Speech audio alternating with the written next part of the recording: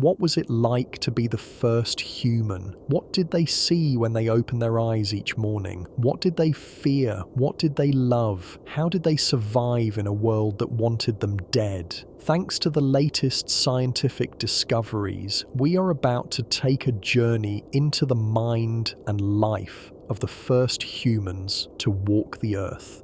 If you're using these to fall asleep, that's literally why I make them. So subscribe maybe and tell me where are you and what time. I check comments and it's like Sydney at sunrise, Seattle at sunset, all at once. We're going to experience their world, feel their hunger, understand their fears, and witness the moment when an animal became something more. Our story begins 300,000 years ago in the heart of Africa. The climate is brutal. Temperatures swing wildly between scorching days and freezing nights. Rain comes in violent bursts, or not at all for months. The Sahara to the north is expanding. Forests are shrinking. Grasslands are taking over. The world is changing and everything alive must change with it or disappear. This is where Homo sapiens first appears. Not suddenly, not from nothing, but gradually emerging from earlier humans who were almost but not quite us. Homo heidelbergensis, our immediate ancestors, strong and smart, but missing something crucial, that final spark that makes the difference between clever animal and human being.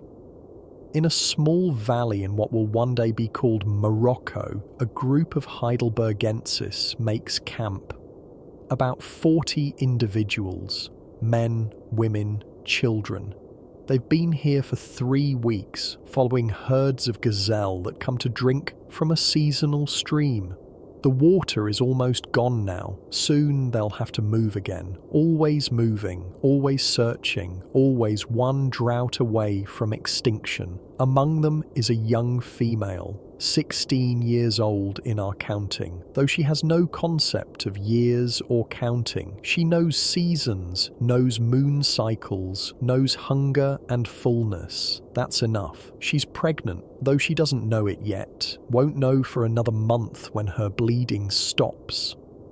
The child growing inside her will be different from any human before. Will be the first of us, the first Homo sapiens.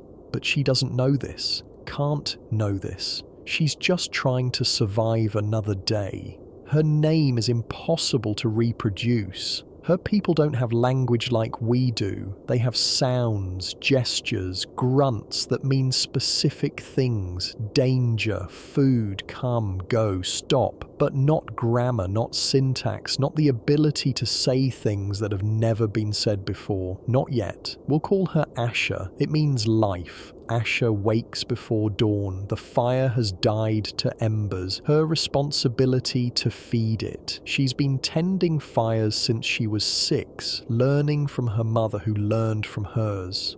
An unbroken chain of firekeeping stretching back 400,000 years to when Heidelbergensis first mastered flame. She adds dry grass, blows gently, sparks catch, flames rise. Warmth spreads. Others wake, drawn by heat and light. Fire is life. Fire is safety. Fire is the difference between human and animal. Without it, they would all be dead, eaten by lions, frozen in winter, starved without cooked meat. Asha tends the fire every morning because she's good at it, patient, careful, understanding the relationship between fuel and air and heat. Others let fires die. She never does. This skill makes her valuable, keeps her fed even when food is scarce, keeps her protected even though she's not the strongest or fastest. She has her father's eyes. Dark brown, almost black, with unusual gold flecks that catch the light. Her mother's build, compact and strong, adapted for endurance running. Her grandmother's hands, small but precise, perfect for detailed work. She's a mixture of everyone who came before, as we all are. The camp is stirring, children crying, adults groaning, the smell of unwashed bodies, smoke, blood from yesterday's kill, normal smells, comfortable smells, home smells. The men are preparing for a hunt, 7 of them, including Asher's father and older brother. They're going after a herd of hartebeest spotted 2 valleys over. Dangerous work. The animals are fast, have sharp horns, fight when cornered. Men die hunting. Every few months, someone doesn't come back. Trampled, gored, broken bones that become infected, but they need meat. The women and children gathered roots and tubers yesterday, filled their carrying bags, but plant food isn't enough. Never enough. Human bodies demand protein, fat, calories that only meat provides. Especially for pregnant women, nursing mothers, growing children. Without regular meat, children's brains don't develop properly. Women can't produce milk. The group weakens, sickens, dies. Asher watches them leave. Her brother looks back, catches her eye, makes a gesture. Be safe. She returns it. You too. A language of hands and faces that says more than their limited sounds ever could. Now comes the women's work. Gathering food is never done. Every day, all day, searching for anything edible. It sounds simple, but requires encyclopedic knowledge. Which plants are safe, which are poison, which roots are nutritious, which are worthless fibre. When fruits ripen, where water collects, how deep to dig, what time of year each food appears. Asher knows 200 different plants, can identify them by leaf, stem, flower, smell, taste, knows which need cooking to remove toxins, which need soaking, which need pounding. This knowledge took years to acquire, started when she could barely walk, following her mother, watching, learning, making mistakes that made her sick but didn't kill her. She carries a digging stick worn smooth by thousands of uses, shaped from a branch, fire hardened at the tip, perfect weight and length, an extension of her arm. With this, she can extract roots others can't reach, dig for water when none is visible, defend herself if necessary. The women work in groups of 5 or 6, safety in numbers. Lions hunt in daylight, leopards hide in tall grass, hyenas travel in packs. A woman alone is prey. Women together are a group, harder to attack, able to fight back. Asher works with her mother, 2 aunts, a cousin, and an older woman everyone calls grandmother, though she's related to only some. Grandmother is ancient, maybe 45 years old. A living miracle.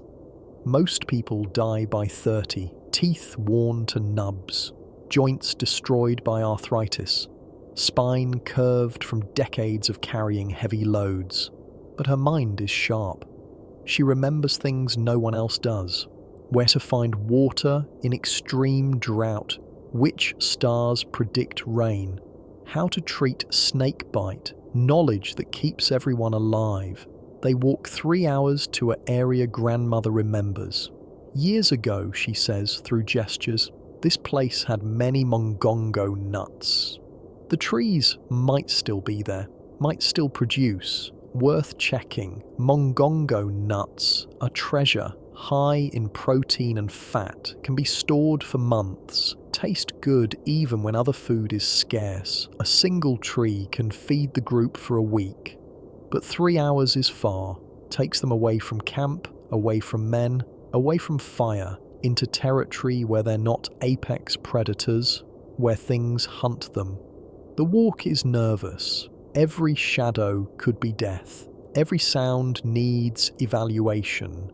Is that wind or breathing? Grass moving or something moving through grass? Birds singing normally or giving alarm calls? Asher's senses are sharper than any modern human's. She can hear a twig snap 100 meters away, can smell water a kilometer off, can spot movement in peripheral vision that you or I would miss. Survival has honed her into an instrument of perception, and still, it's not enough. Predators have had millions of years to perfect killing. Humans have had thousands to perfect not being killed. It's not a fair fight. There, the mongongo trees, still standing, still heavy with nuts, more than grandmother remembered, enough for 2 weeks if they can carry it all. The women rush forward, start gathering frantically, fill their bags, their arms, their mouths, laughing with relief and joy. Food, security, life for another span of days. Then the smell hits them.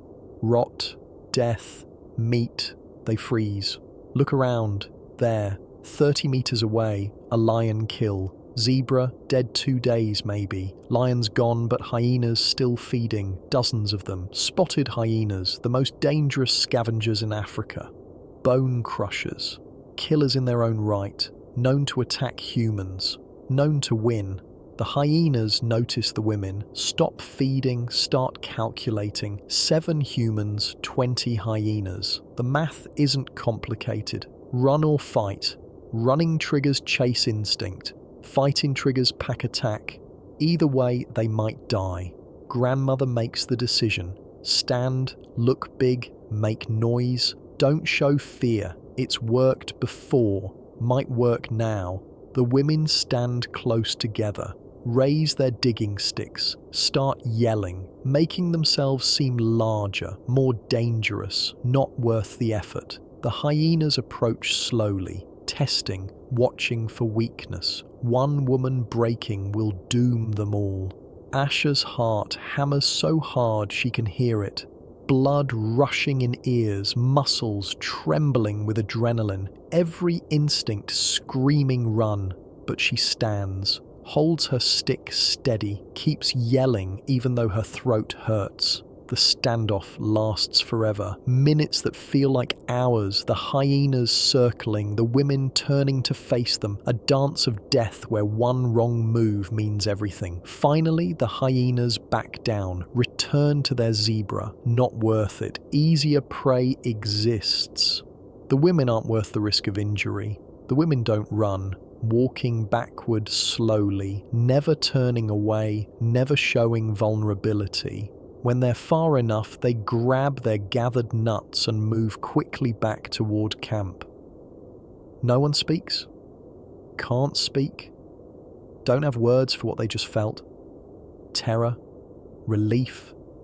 The razor edge between life and death? They've all experienced it before. Will experience it again. The price of being human in a world of predators.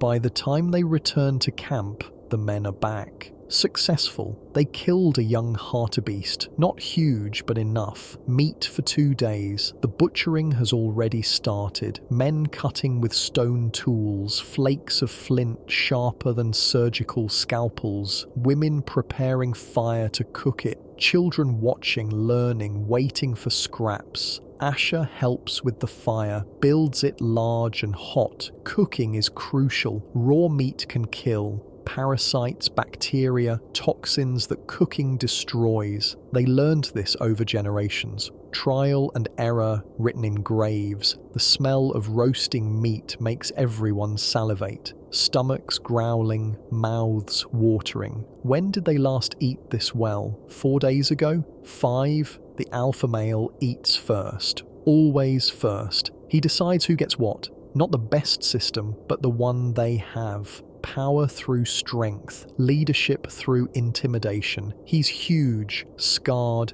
mean, kills anyone who challenges him. 3 men have tried in Asha's lifetime. 3 men are dead. He takes the best pieces, liver, kidneys, heart, richest organs, then his favoured males, then favoured females, then everyone else, then children, then the weak, the old, the injured.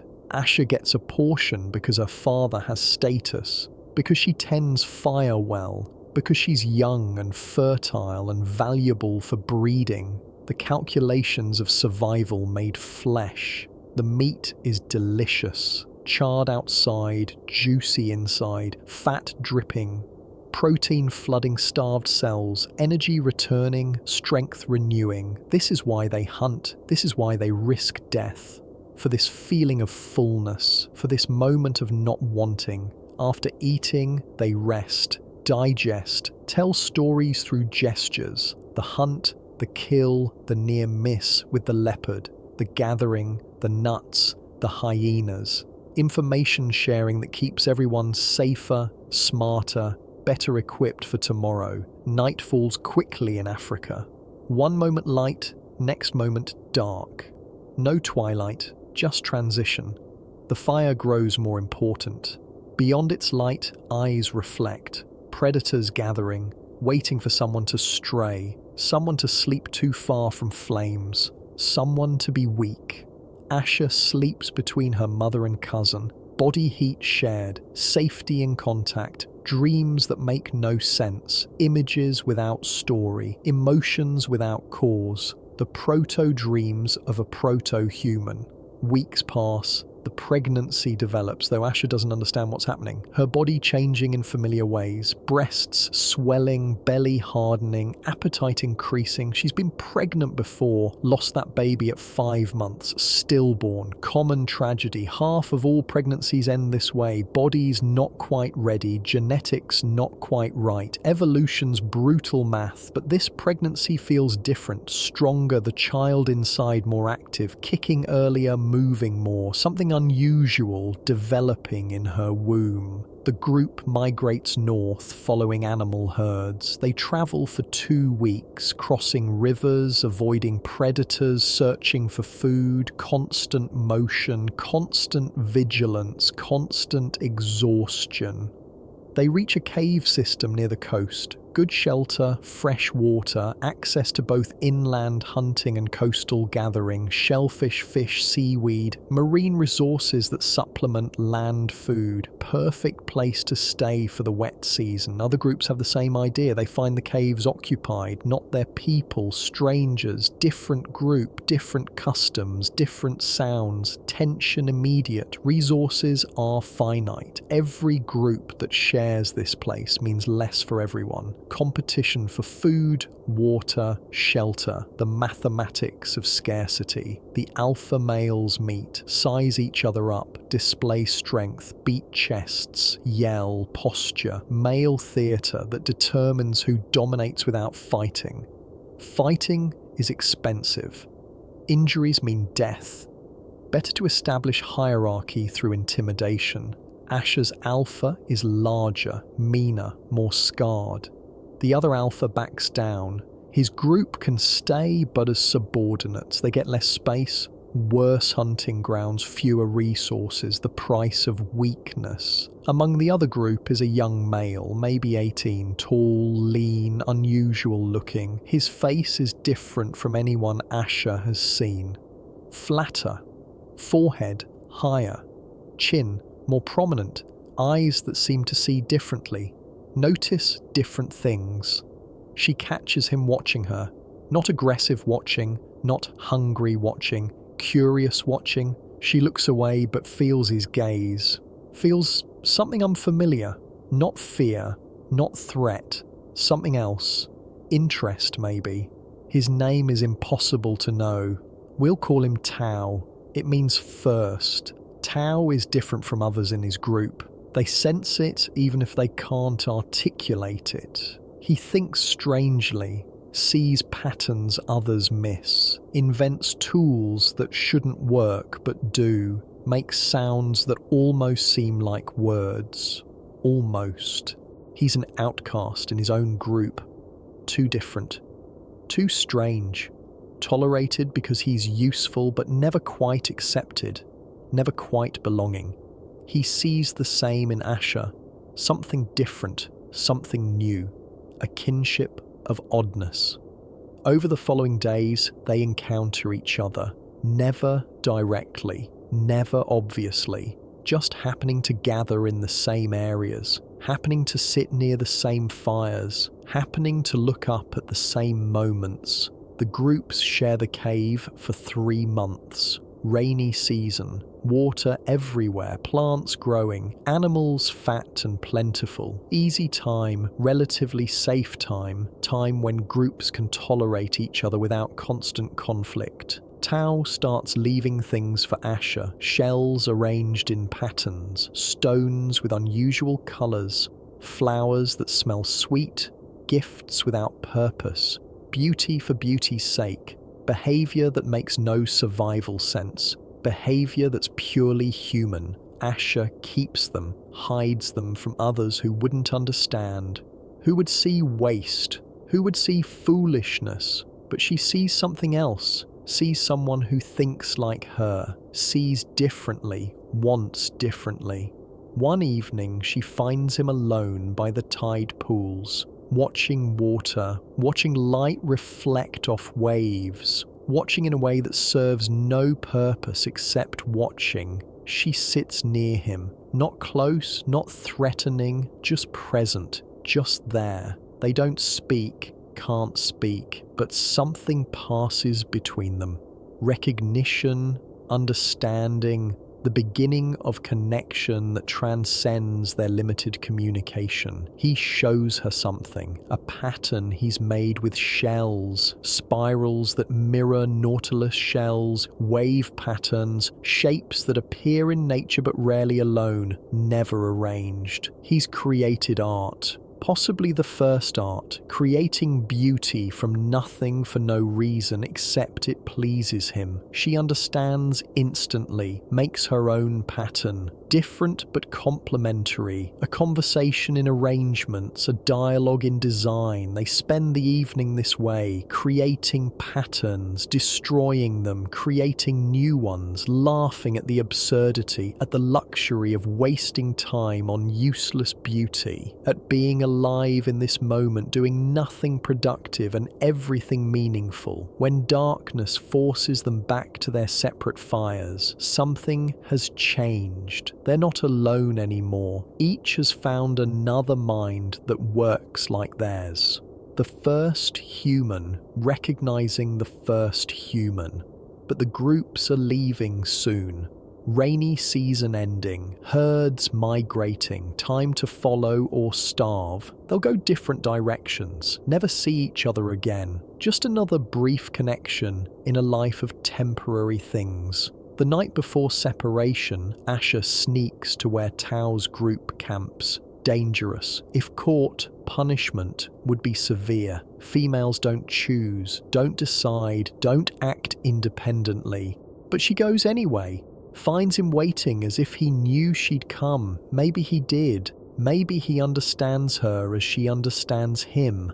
What happens next is sacred, private. The first time two humans chose each other. Not assigned by alphas, not forced by circumstance. Chosen. A revolution in a single act. They mate face to face, looking at each other, seeing each other, not the quick, brutal coupling of animals. Something slower, gentler, more mutual. The beginning of love, though that word won't exist for 200,000 years. Afterward, they lie together under stars. His hand on her belly where their child grows. Her child by her group's alpha, officially. Their child in reality, the first child of two true humans. Neither knows this, neither can know. But in this moment, everything that will make us human is present. Choice, art, love, connection. Seeing another person not as object or rival, but as equal,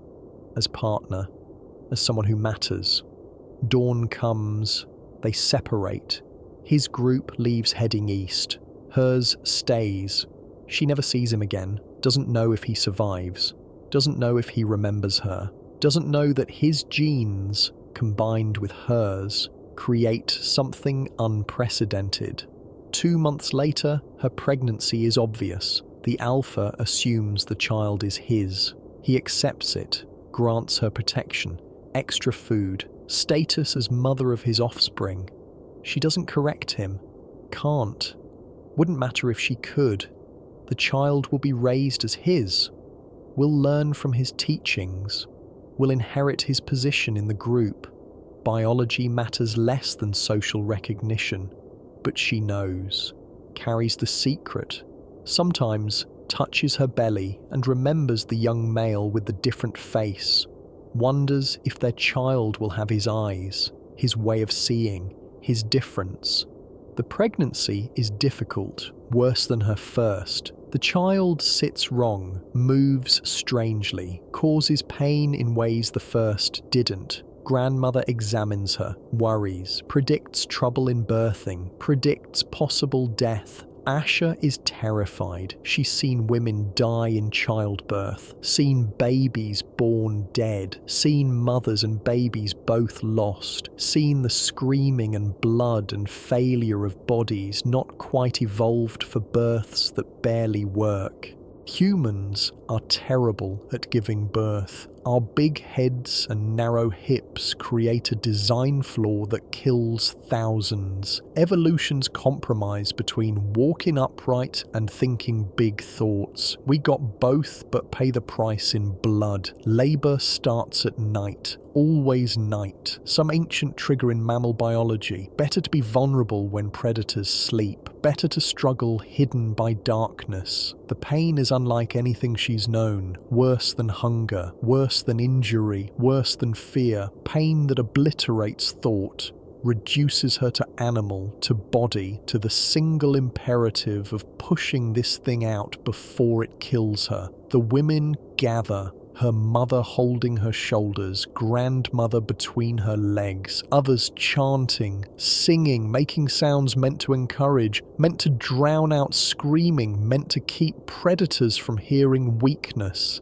Hours pass, the child won't come, stuck, too big or wrong position, something abnormal. Grandmother reaches inside, tries to turn it, tries to shift it. Asha screams, blacks out, wakes, screams again, blood everywhere, too much blood, the smell of it copper, sharp, the smell that brings predators running, the smell of death approaching. Grandmother makes decision. She's delivered hundreds of babies, saved many mothers, lost many others. She knows when to fight and when to accept. This mother she can save, this baby maybe not, but she'll try. She instructs the others. Hold her down. Don't let her move. What comes next will hurt worse than anything yet, but it might work. Might give the baby chance. Might let both survive. Grandmother uses her hand like tool. Pushes, pulls, manipulates, breaks the baby's shoulder to narrow it. Asha's screaming reaches new levels, sounds that aren't human, aren't anything, just pain given voice, and then suddenly release. The baby slides out, silent, blue, covered in blood, not breathing, dead then, another one dead. Asha weeps, already grieving, already feeling the empty arms, the wasted months, the loss of something that almost was, but grandmother doesn't stop, clears the baby's mouth, breathes into it, pushes on its chest. Ancient CPR doesn't always work, works enough to keep trying once, twice, 3 times. Come on, live, choose life, choose breath. The baby gasps, coughs, screams, the most beautiful sound, the sound of life beginning, of death rejected, of successful birth against all odds.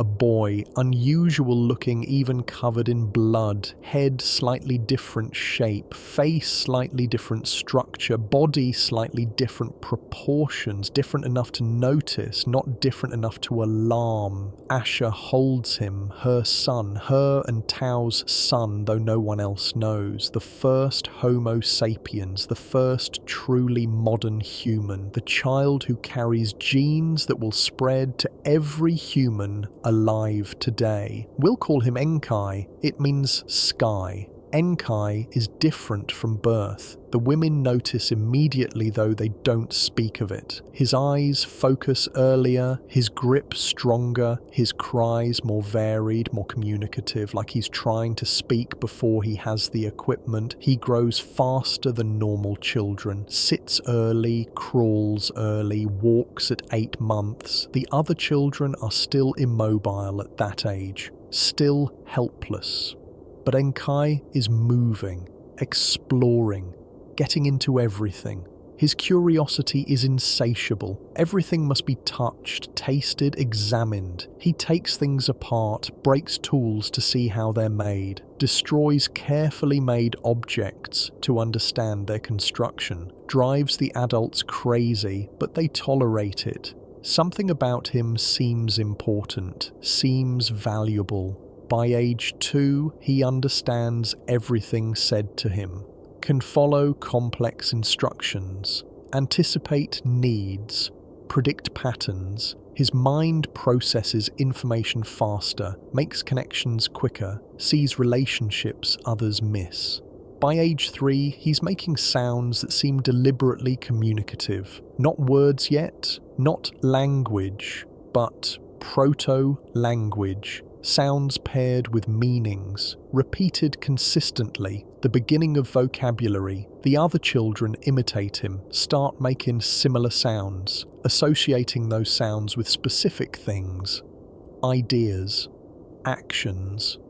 The birth of language happening in real time, in playground interactions, in children teaching each other what adults haven't invented yet.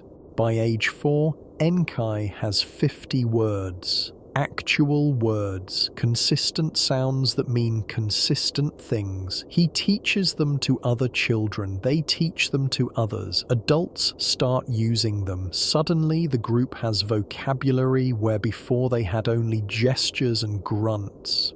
It spreads like fire. Within a generation, the entire group speaks. Simple language, basic grammar. But language, the ability to say things that have never been said, to combine words in new ways, to create meaning from sound, everything changes. Knowledge transfers faster, complex ideas can be shared, plans can be made, past can be described, future can be imagined, abstract concepts can be discussed. They develop words for things that don't exist physically. Tomorrow, yesterday, dream, hope, fear, dead, alive, good, bad, us, them, the vocabulary of consciousness, of being aware that you're aware. Enkai leads this revolution without trying, just by being himself, by thinking thoughts that require words to express, by seeing relationships that need language to explain, by being the first human in a world of almost humans. By age 7, he's recognized as special, not alpha. Alphas are still chosen by strength, but wise, valuable, someone to protect, someone to listen to, someone who makes the group stronger, smarter, better at surviving. He invents new tools, not modifications of existing ones, entirely new concepts. A spear thrower that extends throwing distance, a fish trap that catches while he sleeps, a water container made from animal bladder. Innovations that seem obvious in retrospect, revolutionary in the moment. Other groups hear about him, want to trade for his inventions, want him to join them, want his children to mix with theirs. He becomes famous as anyone can be when the entire human population is maybe 10,000 people scattered across Africa. But fame is dangerous. Status threatens those who have it. The Alpha watches Enkai carefully, sees the respect others give him, sees how people listen, sees potential challenge even though Enkai shows no interest in leadership. One day the Alpha calls him over, demands he demonstrate a new tool, a blade with handle, more efficient for butchering. Enkai shows him, explains the principle, the leverage, the grip.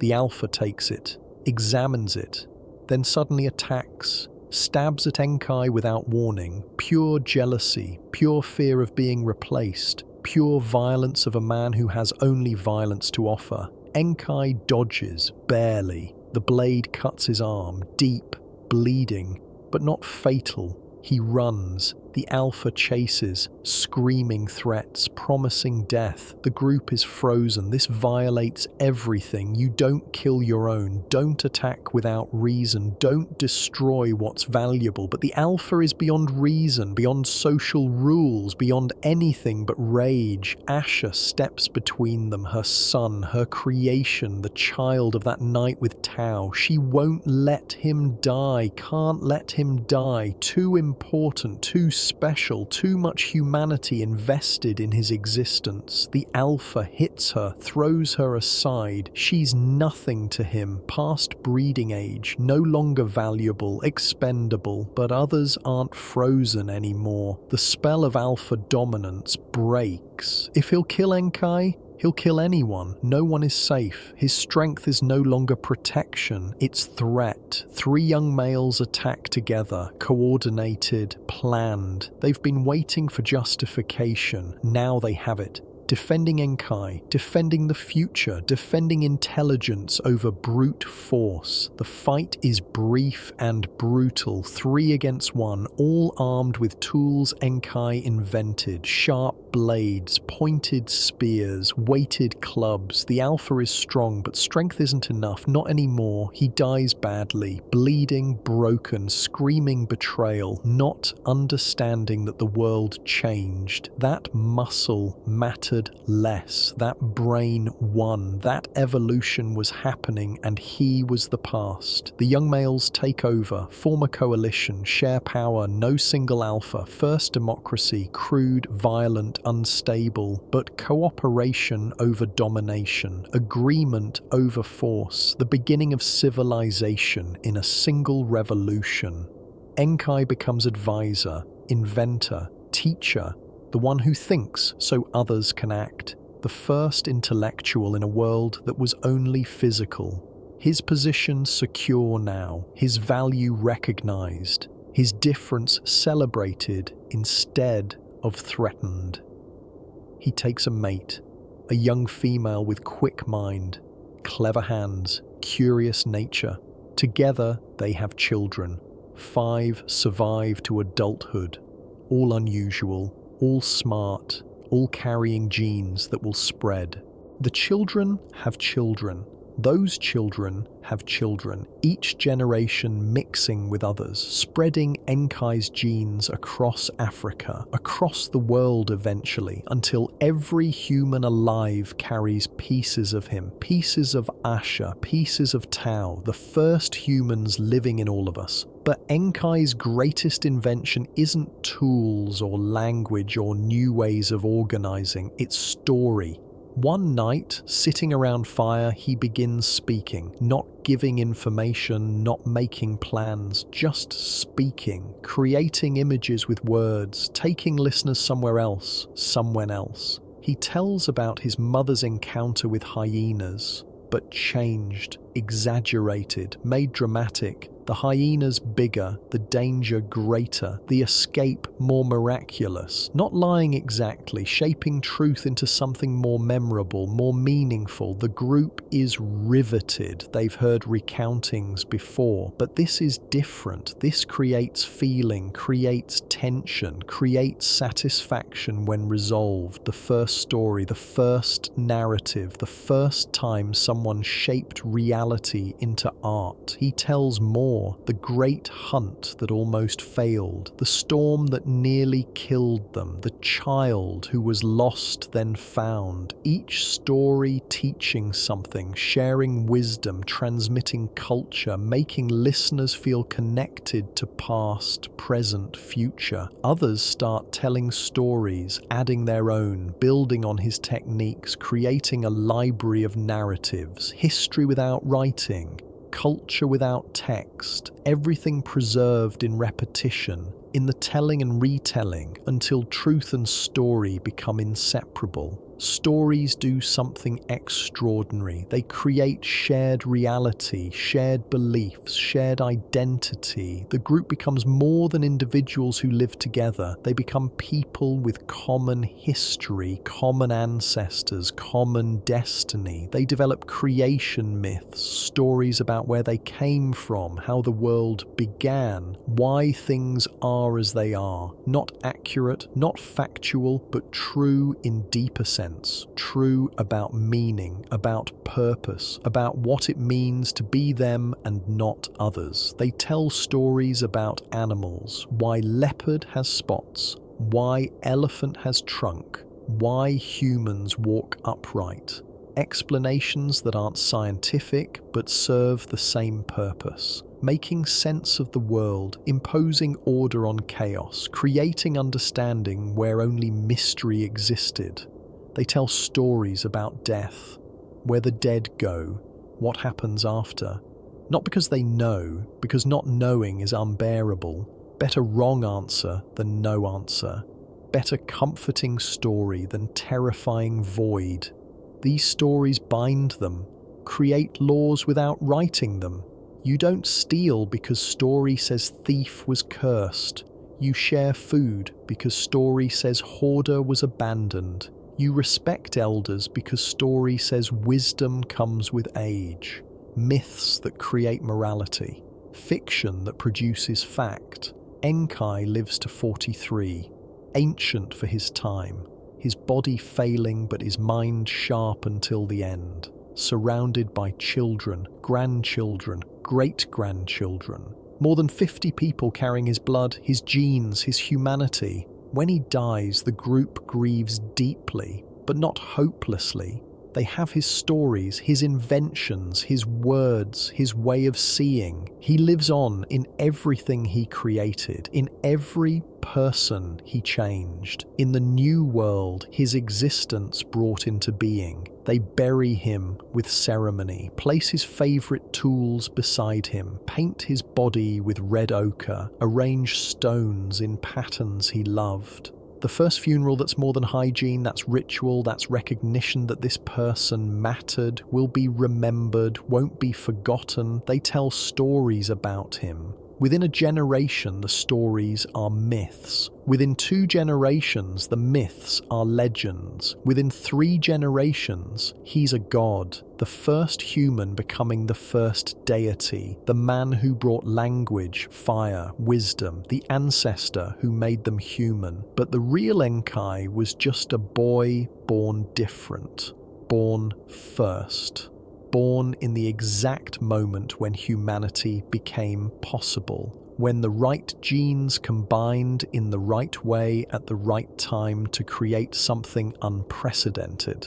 He didn't know he was first, didn't know he was special, didn't know he was making history with every breath. He was just living, just surviving, just being himself in a world that didn't have a category for what he was. That's the truth about the first human. They didn't know they were first, didn't wake up feeling different, didn't have realization of importance, just lived slightly better, thought slightly clearer, connected slightly deeper, loved slightly stronger, small differences, tiny advantages, but enough. Enough to survive where others died, enough to reproduce where others couldn't, enough to pass on genes that would conquer the world. After Enkai, things accelerate. His children spread across Africa, carrying his genes, his stories, his inventions. They mix with other groups. Some groups adopt their innovations and thrive. Other groups reject them and disappear. Natural selection favoring the cultural as much as the biological. Within 50,000 years, Homo sapiens has replaced all other human species. Neanderthals gone, Denisovans gone, Erectus gone, Heidelbergensis gone. Only sapiens remains. Only us. only the descendants of that first different child. We spread everywhere, out of Africa into Asia, into Europe, into Australia, eventually into the Americas. Every environment, every climate, every challenge, we adapt, we innovate, we survive, we dominate, we develop agriculture, civilization, writing, mathematics, science, art, music, philosophy, everything that makes us human traced back to that first moment, that first child, that first different brain in a world of similar brains. Today, 8 billion humans walk the earth, every single one carrying genes from Enkai, from Asha, from Tau, from that group in Morocco 300,000 years ago. We are all related, all family, all children of the first humans. When you speak, you use language Enkai invented. When you tell stories, you follow patterns he created. When you make tools, you apply logic he discovered. When you love, you feel emotions he first felt. When you look at stars and wonder, you use curiosity he unleashed. You are not separate from the first humans. You are them, just with more time, more knowledge, more technology, but the same brain, the same heart, the same essential humanity. That's what life was like for the first human. It was your life. Just harder, just stranger, just newer. They were us before we knew what us meant. They were human before humanity had definition. They were first, but not different. Just early. Every morning when you wake, you repeat Asha's routine. Survival, sustenance, connection, safety. Every day when you work, you repeat Enkai's drive. Curiosity, innovation, problem-solving, improvement. Every night when you sleep, you repeat Tau's dreams, wonder, beauty, meaning, love. You are the first human, still, always, forever. Because human isn't a fixed point. It's a process, a becoming, a continuous creation that started 300,000 years ago and continues in every person born today. The first human wasn't special because they were different. They were special because they were first to be what all of us are. First to think these thoughts. First to feel these feelings. First to ask these questions. First to seek these answers. What was life like for the first human on Earth? Look around, look inside. You're living it, right now.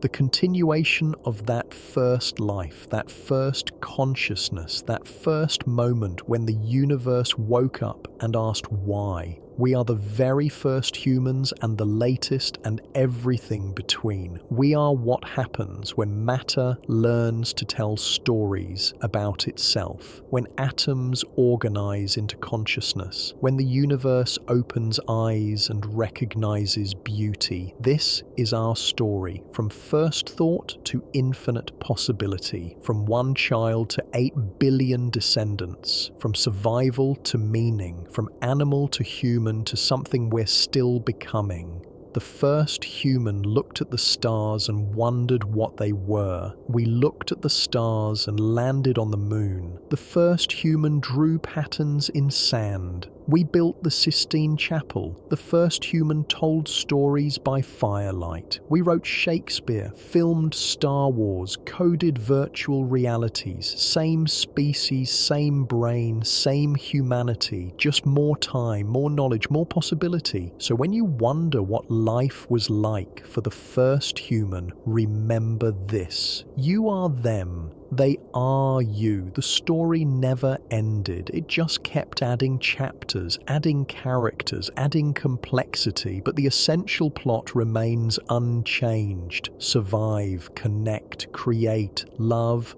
wonder, seek. The first human's life in 10,000 new forms, your life containing all their struggles, all their victories, all their humanity. You carry them in your DNA, in your thoughts, in your dreams. They live through you, as you will live through your children, as they will live through theirs. An unbroken chain of humanity stretching from that first different child to the last human who will ever live. That's what life was like for the first human. It was hard, it was beautiful, it was terrifying, it was miraculous. It was exactly like your life, just without the technology, without the comfort, without the safety, but with the same wonder, the same love, the same desperate hope that tomorrow might be better, the same willingness to try, to fail, to try again, the same refusal to give up even when the universe seemed determined to erase them. They survived so you could exist. They struggled so you could thrive. They died so you could live. Every human who ever lived is your ancestor. Every story ever told is your inheritance. Every thought ever thought prepared the ground for yours. The first human wasn't someone else, wasn't separate, wasn't foreign. They were us at our beginning, us learning to be us discovering what human could mean. And we're still discovering, still learning, still becoming. The first human started something that hasn't finished, won't finish, can't finish as long as one human remains to wonder, to love, to create, to hope. That's the truth about the first human. They're not dead, they're not gone, they're not history, they're alive, in you, in me, in everyone. The first human lives forever because humans keep living, keep being, keep becoming. When you close your eyes tonight, you'll dream with a brain 300,000 years in the making. When you wake tomorrow, you'll face a world those first humans could never imagine. But you'll face it with their courage, their curiosity, their unbreakable will to survive. You are the answer to their question. Will we make it? Will humans survive? Will this experiment in consciousness succeed? Yes, we made it. We survived. We're here, 8 billion strong, carrying their torch, living their dream, being their legacy. The first human wondered what was possible. You are the answer. You are what became possible. You are the future they created without knowing they were creating it. And the humans who come after you 1,000 years from now, 1,000,000 years from now, they'll look back at us the way we look back at Enkai, at Asher, at Tau. They'll say, those were the first. Those were the ones who started it. Those were the humans who made us possible. The story continues. The becoming continues. The humanity continues from first to last, from then to now to forever. That's what life was like for the first human.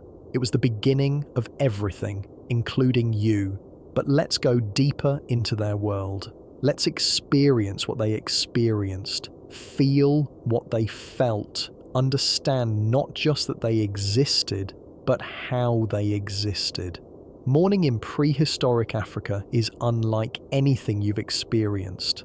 The darkness doesn't fade gradually like it does in our cities with streetlights and screens. It's absolute blackness one moment. Then suddenly the sun breaks the horizon and the world explodes into colour and sound. Asha wakes to this explosion every day of her life. The birds start first, hundreds of species announcing territory, seeking mates, warning of predators, then the insects, cicadas creating walls of sound, bees already working flowers, flies buzzing around anything organic, then the mammals, baboons barking from rocky outcrops, elephants rumbling communications that travel kilometers through the ground, hippos bellowing from rivers, hyenas whooping their last calls before sleeping through the day, the soundtrack of a world more alive than ours, more dangerous than ours, more real than ours. Asha's group sleeps in the open. No permanent shelter, no walls, no doors, just bodies clustered together for warmth and safety. The fire in the center,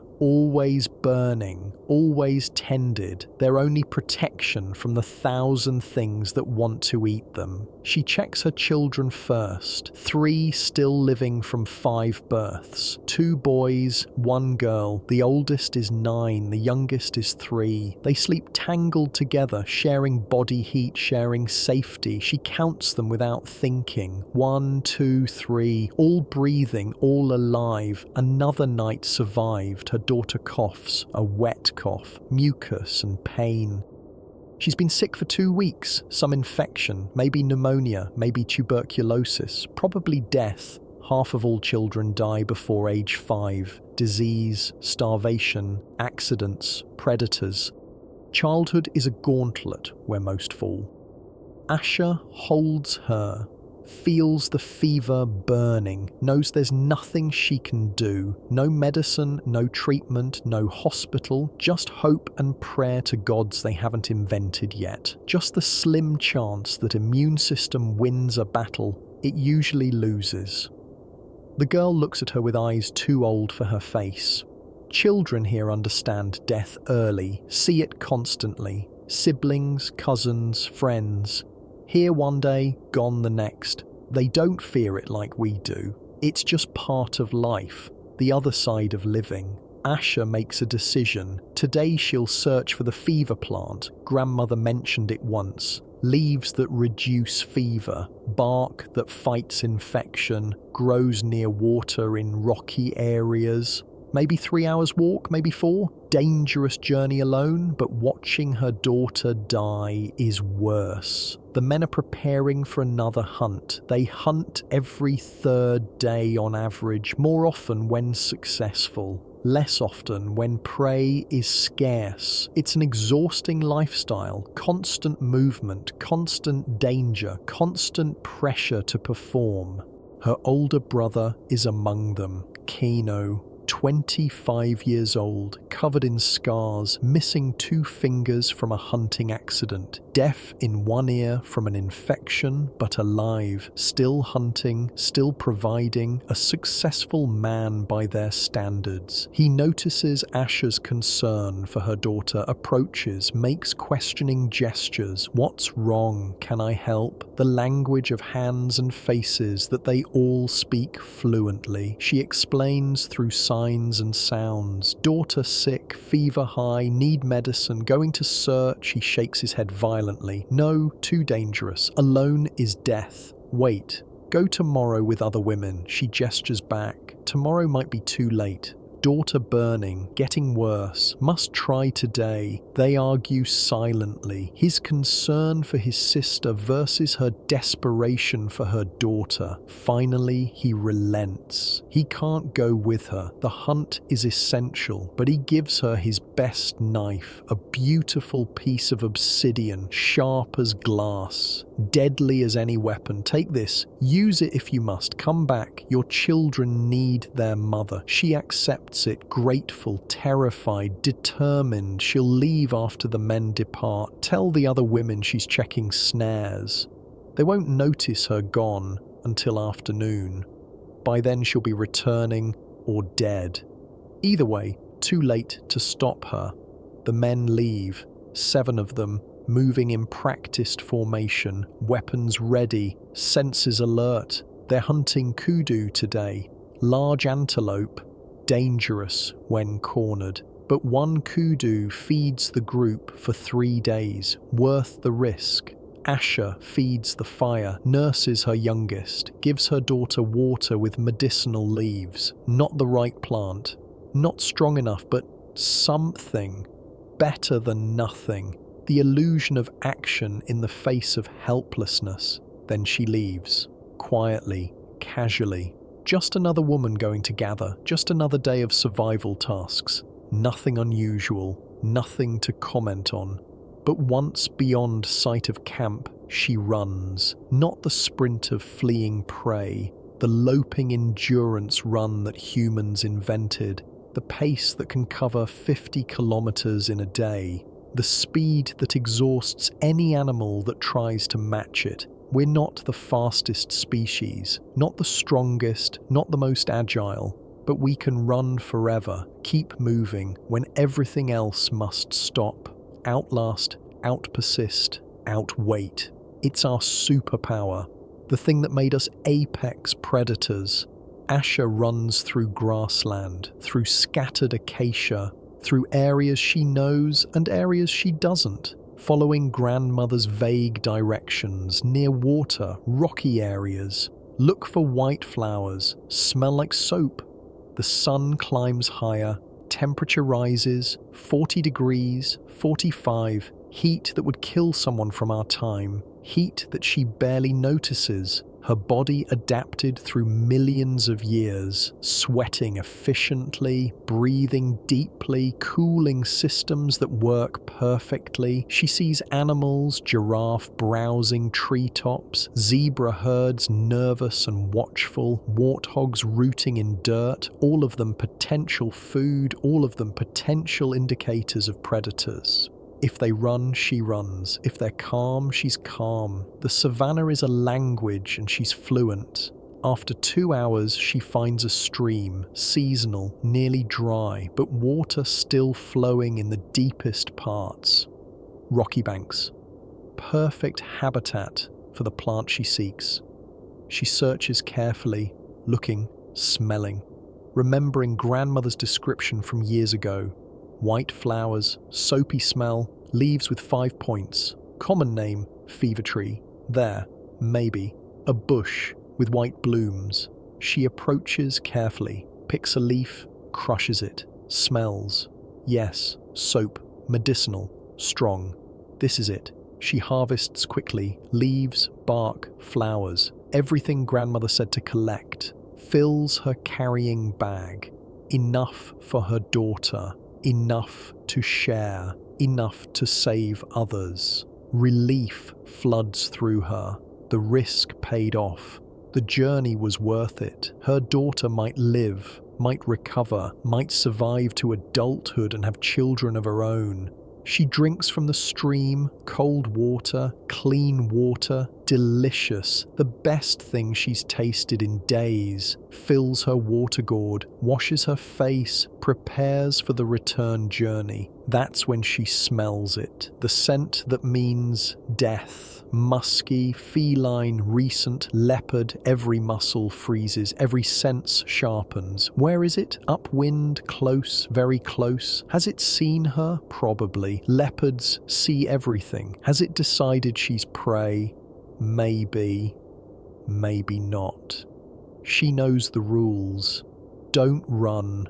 Running triggers chase. Don't show fear. Fear smells like invitation. Don't turn your back. Never turn your back. She stands slowly, grips her brother's knife, scans the rocks above. There. Yellow eyes, watching, calculating. A female, smaller than males, but still death. Still apex predator with every advantage except one, intelligence. Asha begins talking, loud, aggressive, making herself seem crazy, dangerous, not worth the effort. Predators avoid unnecessary risk. Injury means starvation. Better to find easier prey. She picks up stones, throws them, not at the leopard, near it, showing she can fight. Showing she's armed, showing she's not helpless. The leopard shifts, muscles bunching, preparing to leap or retreat. The moment of decision, attack or abandon. Asha makes herself bigger, raises arms, screams, primal sounds from deep in her throat. Sounds that say, I am death too, I am dangerous too, I will hurt you too. The leopard chooses survival over hunger, turns, disappears into rocks, silent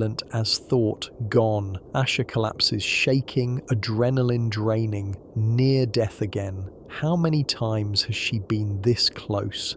Dozens, hundreds maybe. Every trip away from camp is Russian roulette. Eventually the chamber won't be empty, but not today. Today she won. Today her daughter gets medicine. Today they both live. She runs home. Faster now, reckless almost, desperate to be back, to be safe, to share her victory. The camp is chaos when she arrives. The men returned early with unexpected bounty, not kudu, buffalo, a juvenile separated from the herd, risky prey. Buffalo kill more humans than any predator, but they succeeded, killed it, brought back more meat than they can eat in a week. Everyone is celebrating, eating fresh liver, drinking blood, protein and fat flooding starved systems, children laughing, adults singing, the rare moment of abundance in lives of scarcity. Kano sees her, relief and anger mixing. Where were you? We were worried, thought something happened, thought you were dead. She shows him the plants, explains through gestures the fever tree for her daughter, risked journey, found it, survived leopard, everything fine. His anger melts, pride replaces it. His sister, brave, smart, successful, he embraces her, rare physical affection, but earned, deserved. Grandmother examines the plants, nods approval, yes, right plant, proper harvest, excellent work. She begins preparing medicine immediately, crushing leaves, boiling bark, creating the decoction that might save the girl. The daughter drinks it, bitter, awful, but medicine always tastes bad. Bad taste means strong. Strong means effective. The logic of traditional healing. 3 days later, the fever breaks. The girl improves, starts eating, starts playing, starts living again. The medicine worked, or her immune system won, or she was never as sick as they thought. Doesn't matter. She lived. That's what matters. Asha's status rises. The woman who braved leopards for her child. The woman who found medicine, the woman who succeeded. Others seek her advice now, ask her to gather for them, offer trades for her knowledge. But life doesn't stop for victories, can't stop. Survival is continuous. Tomorrow brings new challenges, new dangers, new necessities. The group must move again. They've depleted local resources, gathered most edible plants, scared away nearby game, exhausted the area, time to migrate, follow herds, find new territory, risk encounters with other groups. They pack minimal possessions, can't carry much, no pack animals, no wheels, just human backs and hands. Everything must be portable, essential, multi-purpose. Fire is the most important thing. They carry embers in hollow horns packed with slow burning dung. Keep them alive during travel. Never let them die. Making new fire is possible but difficult. Better to preserve than recreate. Tools come next. Stone blades, scrapers, points, axes, hours of work represented in each piece, shaped by skilled hands, tested through use, valuable beyond measure. Water containers, gourds, bladders, ostrich eggs with holes, anything that holds liquid. Water is life. Finding it takes time. Storing it enables survival. Food, dried meat, nuts, seeds, whatever travels well. Won't be enough. Never enough. They'll have to gather as they go, hunt as they move, constant foraging during migration, children, the youngest carried, the oldest walking, everyone else helping, load distributed across the group, shared burden, shared responsibility. They walk for 6 days, following ancient routes, paths worn by generations, knowledge passed down, this way to water, that way to good hunting. Avoid those hills where other groups claim territory. Enkai is 4 now. Walking well, curious about everything, asking questions they don't have language to answer. Why do we walk? Where are we going? When do we stop? Questions that require abstract concepts, future, purpose, destination. His mother tries to explain through gestures and their limited words. We walk because food is gone. We go to new place. We stop when we find good camp. But he wants more, wants understanding beyond immediate, wants the why behind the why. His mind reaching for concepts that don't exist yet, that he'll have to invent.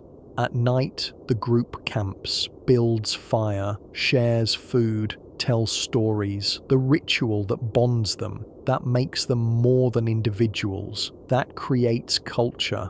An old hunter tells about the great elephant hunt 20 years ago, before Enkai was born, before most current members existed. An elephant cornered in a ravine, wounded, dangerous. They killed it after 3 days of patient stalking.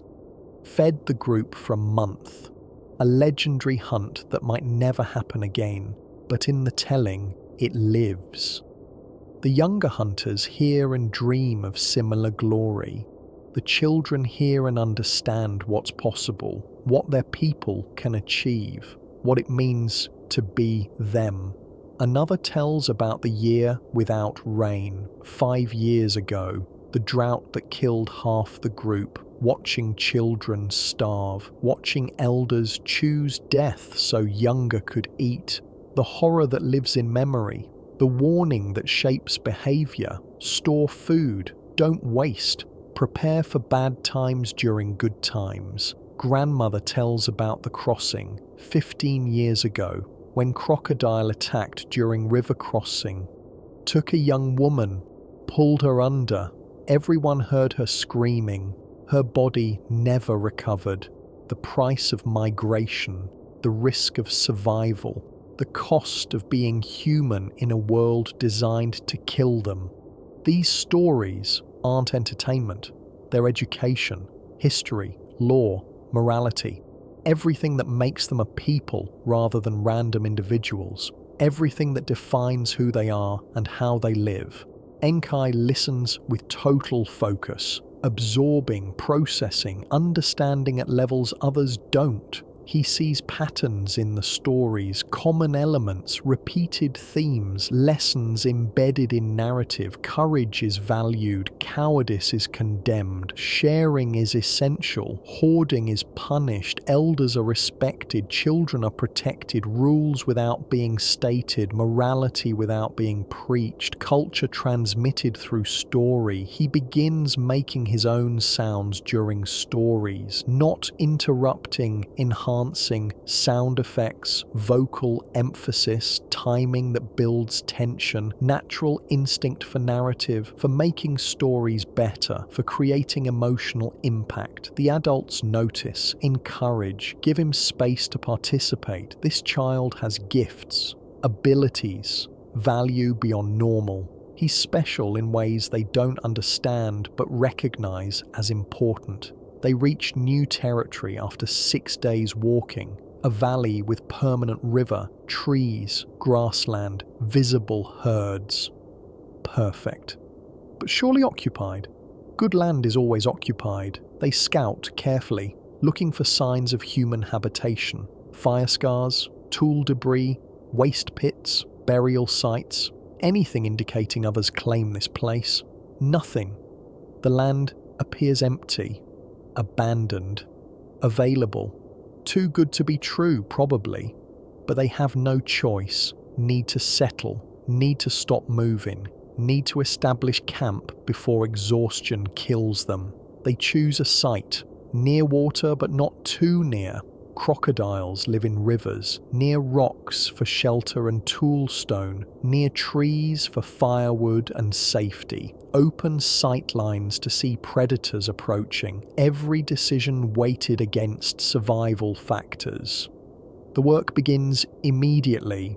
Building windbreaks, preparing fire pits, establishing latrine areas, creating the infrastructure of camp, making space livable, transforming wilderness into home. Enkai helps.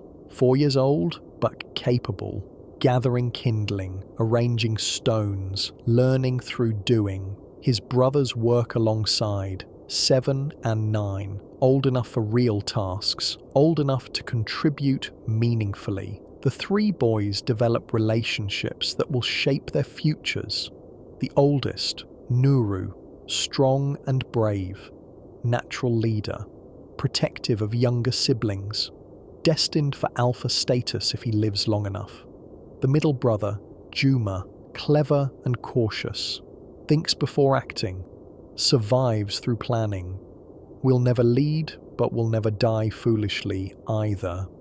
And Enkai, different from both, smarter, stranger, asking questions, seeing things, creating where others only copy.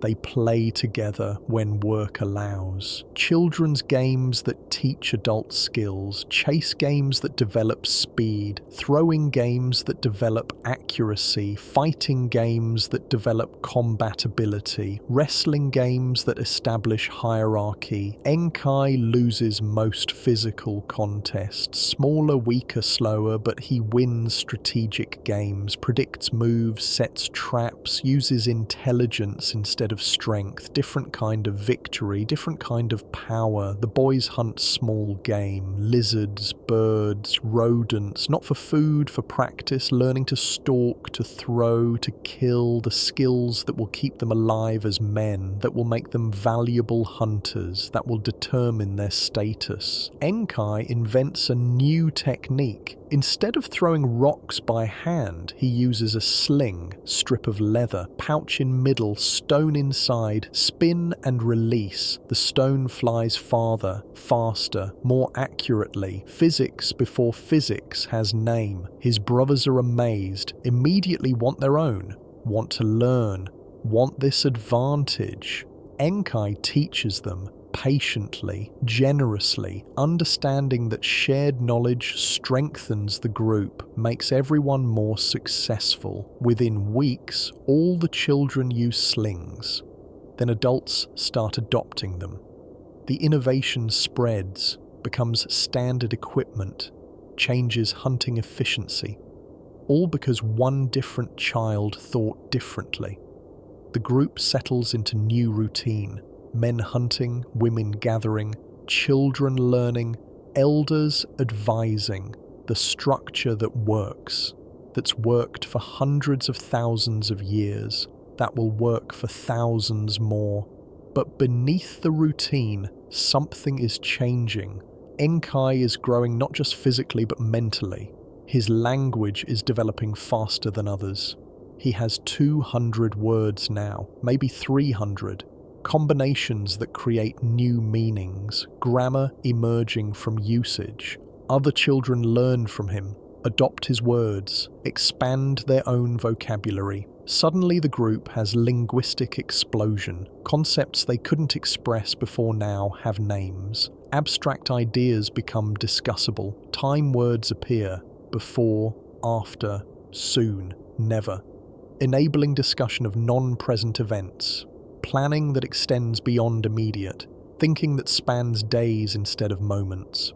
Emotion words emerge: happy, sad, angry, afraid, love, hate, labeling internal states, creating shared emotional vocabulary, allowing empathy through language instead of just action. Relationship words develop: mother, father, brother, sister, friend, enemy, defining connections, creating social categories, building the framework of human society. Question words form: what, where, when, why, how. The tools of curiosity, the instruments of learning, the words that separate humans from animals. Animals don't ask why. Humans can't stop asking. Enkai uses these words constantly, asking everything, understanding nothing is obvious, nothing is just because, everything has cause, effect, reason, purpose maybe. Why do we hunt? To eat. Why do we eat? To live. Why do we live? Adults don't have answer, never thought about it. Life is just what you do, not something you question, but Enkai questions everything, questions that will eventually lead to philosophy, to science, to religion, to all the ways humans try to make sense of existence. The adults find him exhausting and fascinating. His questions are annoying, but his mind is extraordinary. He sees connections they miss, remembers things they forget, predicts outcomes they can't imagine. One day he predicts rain, says it will rain tomorrow. Adults are skeptical. Sky is clear. No clouds, no signs. How could he know? But tomorrow comes and rain falls. Heavy rain, unexpected rain, rain that soaks everything, fills water containers, creates temporary streams. How did you know? They ask through gestures and words. He tries to explain. Watched ants carrying eggs underground, observed birds flying low, noticed insects behaving differently, read the signs no one else thought to read, connected information others missed. The adults are amazed. This child has abilities beyond normal, can see future through observation, through logic, through thinking about thinking, the beginning of science, of hypothesis, of testing ideas against reality. His status grows, not just smart child, prophet child, seer child, someone touched by something beyond. They don't understand it's just intelligence, just observation, just thinking. To them it seems magical, divine, special. They start asking him things. Will hunt be successful? Will water last? Is danger approaching? He can't answer most questions. His predictions are limited, based on observable patterns, not actual magic. But when he can answer, he's usually right. His track record builds, his reputation grows. By age 7, he's consulted on major decisions: where to migrate, when to hunt, how to prepare. A child with adult influence, unprecedented, revolutionary. Asha watches her son's rise with mixed feelings. Pride, obviously. Her child is special, valued, important, but also fear. Tall trees catch wind. Bright flames attract attention. Being special makes you target. The current alpha watches Enkai carefully, sees threat in his growing influence, sees challenged traditional power structures. Strength should determine leadership, not intelligence, not words, not predictions. Muscle should rule. Always has, always should, but others are questioning this. Enkai's advice saves lives, prevents mistakes, finds food when hunters return empty. Maybe intelligence is strength, maybe thinking is power, maybe the old ways need changing. The alpha senses this shift, hates it, fears it, knows he can't compete intellectually, can only compete physically, so he asserts dominance through violence, through intimidation, through reminding everyone who's strongest. He picks fights with younger males, beats them publicly, establishes hierarchy through pain, through fear, through the old language of domination. He takes more food, claims better sleeping spots, demands more mates, using power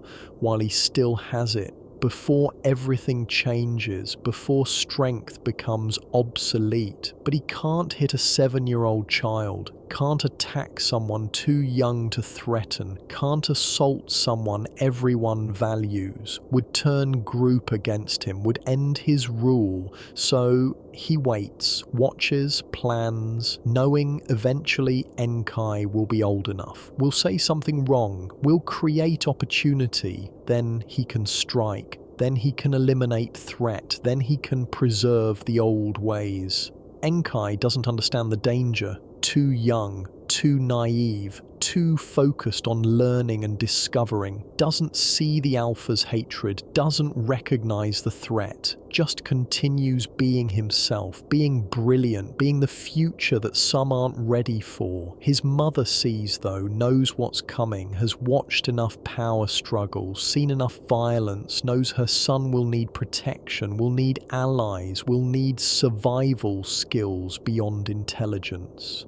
She begins teaching him things mothers don't usually teach. Fighting, not sophisticated combat, just dirty survival fighting. Bite, scratch, gouge eyes, crush testicles, no rules, no honor, just survival. She teaches him running, endurance running, speed running, escape running. He's naturally good. Light build, long legs, efficient stride, can outrun most adults by age 8. She teaches him hiding, finding shelter, disappearing, becoming invisible, the skills of prey, of someone hunted, of someone who needs to survive despite being weak. She teaches him reading people, understanding intentions, seeing danger before it strikes, the psychology of violence, the warning signs, the moments before everything goes wrong. Enkai absorbs it all, understands his mother is preparing him for something, doesn't know what, trusts her anyway, learns everything she teaches, adds it to his growing knowledge base. By age 10, he's formidable in unexpected ways. Not strong, not large, but fast, clever, difficult to catch, difficult to predict, difficult to defeat. The confrontation comes when he's 12. Finally old enough that attacking him isn't attacking child. Old enough that violence is justified. Old enough that Alpha can act. The trigger is stupid. Enkai suggests better route for migration. Based on observation. Based on predicting where herds will be. Based on logic. The Alpha disagrees. Not because route is wrong. Because suggestion challenges his authority, implies he doesn't know best, implies intelligence matters more than experience, implies change is needed. He calls Enkai out publicly, demands submission, demands apology, demands acknowledgement of hierarchy. Do it or face consequences. Choose words or violence. Choose old way or new way. Enkai doesn't understand what's happening, confused by sudden hostility, tries to explain his reasoning, his logic, his evidence, makes it worse, sounds like argument, sounds like defiance, sounds like challenge. The Alpha attacks. No warning, no ritual, just sudden violence, fist to face. Enkai drops, dazed, bleeding, shocked. The Alpha stands over him, breathing heavy, fist raised, ready to strike again, teaching lesson through pain, through humiliation, through the old language.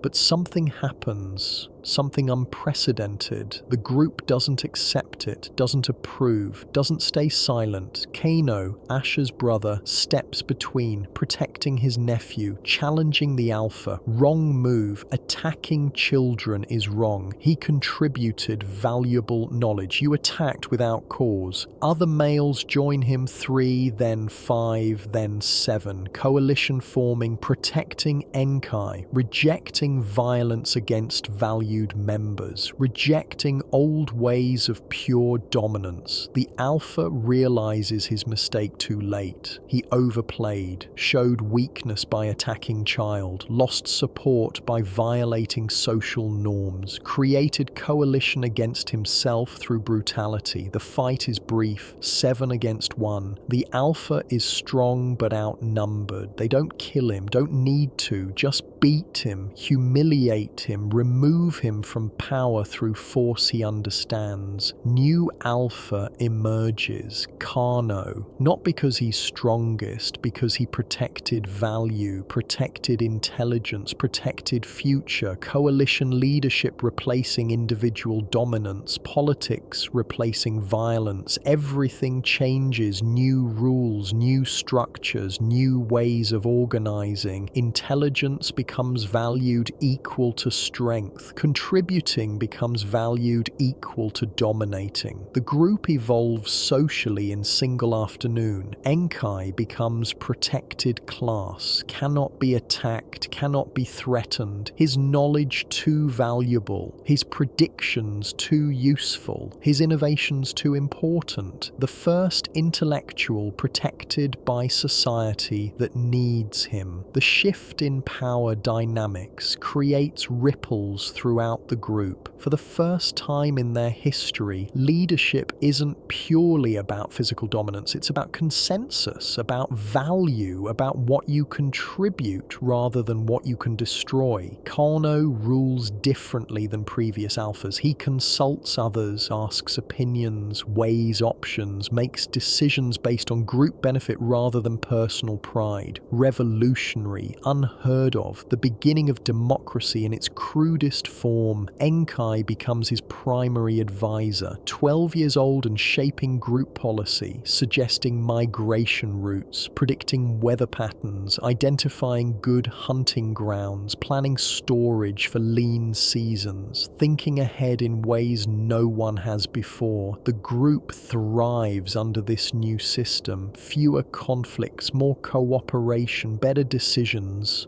Survival rate improves, more children reach adulthood, more adults reach old age. The evidence that intelligence works, that thinking matters, that change was necessary, but not everyone accepts it. The old alpha, now called broken, lives on the group's periphery, tolerated but not welcomed, fed but not favored, a living warning about failed leadership, about violence that overreaches, about power that doesn't adapt. He watches Enkai with hatred that never fades, blames the boy for his fall, for his humiliation, for the world changing in ways he can't accept, plots revenge in whatever thinking he's capable of, waits for opportunity, for moment when Enkai is vulnerable, for chance to restore old order. Asha sees this, warns her son constantly. Stay alert, stay near others, stay armed. Broken is dangerous. Broken is patient. Broken will strike when you forget to watch. But Enkai is young, feels invincible, protected by Kano, valued by group. Can't imagine someone would risk everything for revenge, can't conceive of hatred that deep, can't understand minds that don't think like his. Years pass. Enkai grows into young manhood.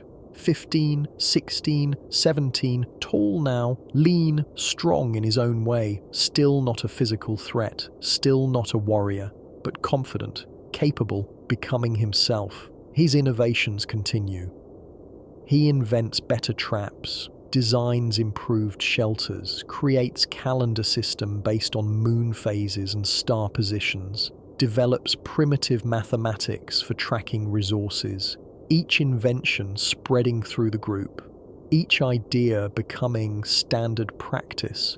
He develops more sophisticated language, grammar becomes complex, tenses multiply, conditional statements emerge, abstract concepts gain precise words. The vocabulary explodes from hundreds of words to thousands. Communication becomes nuanced, sophisticated, capable of transmitting complex ideas. Stories evolve with language. Simple narratives become complex tales. Characters develop personalities. Plots have structure. Themes emerge. The beginning of literature, of entertainment, of art that serves no survival purpose except feeding the soul. Enkai becomes the group's primary storyteller, sits by fire each night, tells tales that capture imagination, some true, some embellished, some completely invented, fiction as teaching tool, as thought experiment, as way to explore ideas without risk. He tells stories about different ways of living, about groups that cooperate fully, about leaders who serve rather than dominate, about worlds where no one goes hungry, utopian visions that plant seeds, that make people think, that suggest possibility. The younger generation absorbs these stories hungrily, sees alternatives to current reality, imagines better ways, begins questioning inherited wisdom, begins creating their own ideas, the next evolution happening in real time. But older members resist. Change is threatening. New ideas challenge comfortable patterns. Different ways imply current ways are wrong. Human nature resisting progress, fighting innovation, clinging to familiar even when familiar doesn't work.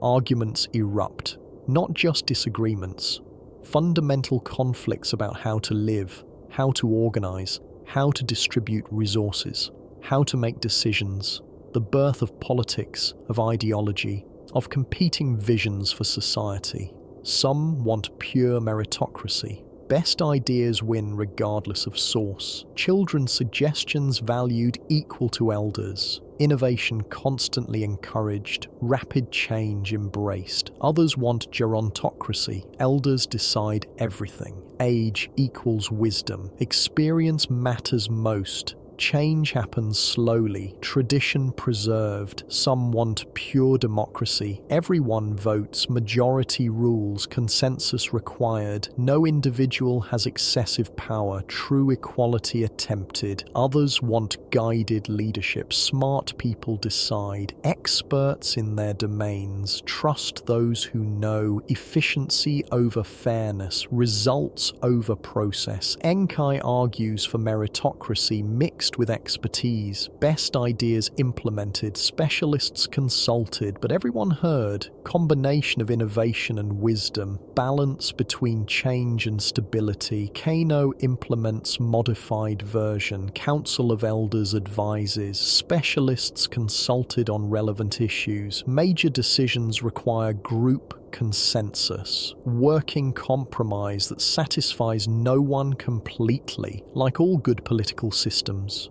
the group grows, more children survive, more adults thrive. Population increases from 40 to 60, then 70, then 80. Success creating new problems, resource pressure, space constraints, social complexity. They must split, create sister groups, spread across territory, each maintaining connection but functioning independently. The origin of tribes, of clans, of extended family networks that become societies.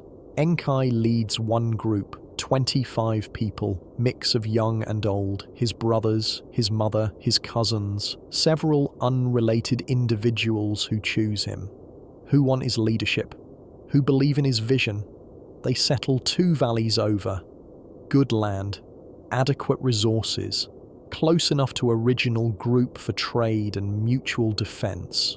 Far enough for independence, for trying new ideas, for building different society.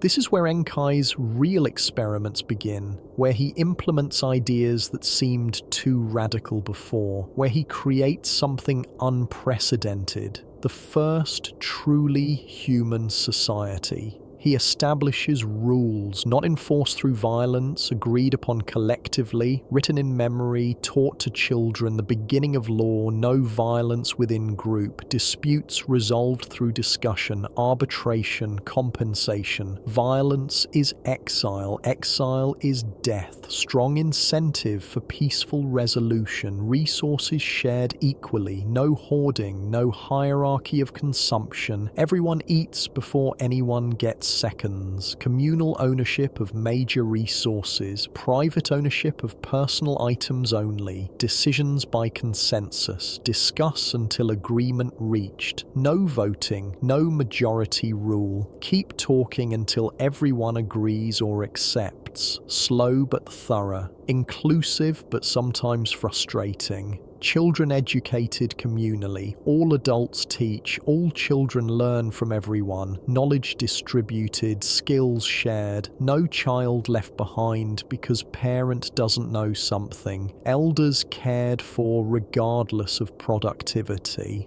Old age is honoured, experience is valued, final years are comfortable, revolutionary concept, most groups abandon non-productive elderly. Enkai's group protects them. These rules create different society, more peaceful, more equal, more stable, but also more demanding. Consensus takes time. Equality requires discipline. Care costs resources, the price of civilization. But it works. The group thrives, becomes known as the peaceful group, the sharing group, the talking group. Others view them as soft, weak, vulnerable, expect them to fail, to be conquered, to disappear. They don't. They survive through intelligence, through cooperation, through preventing internal conflicts that weaken groups, through maintaining relationships with neighbors, through trade instead of raid. Enkai is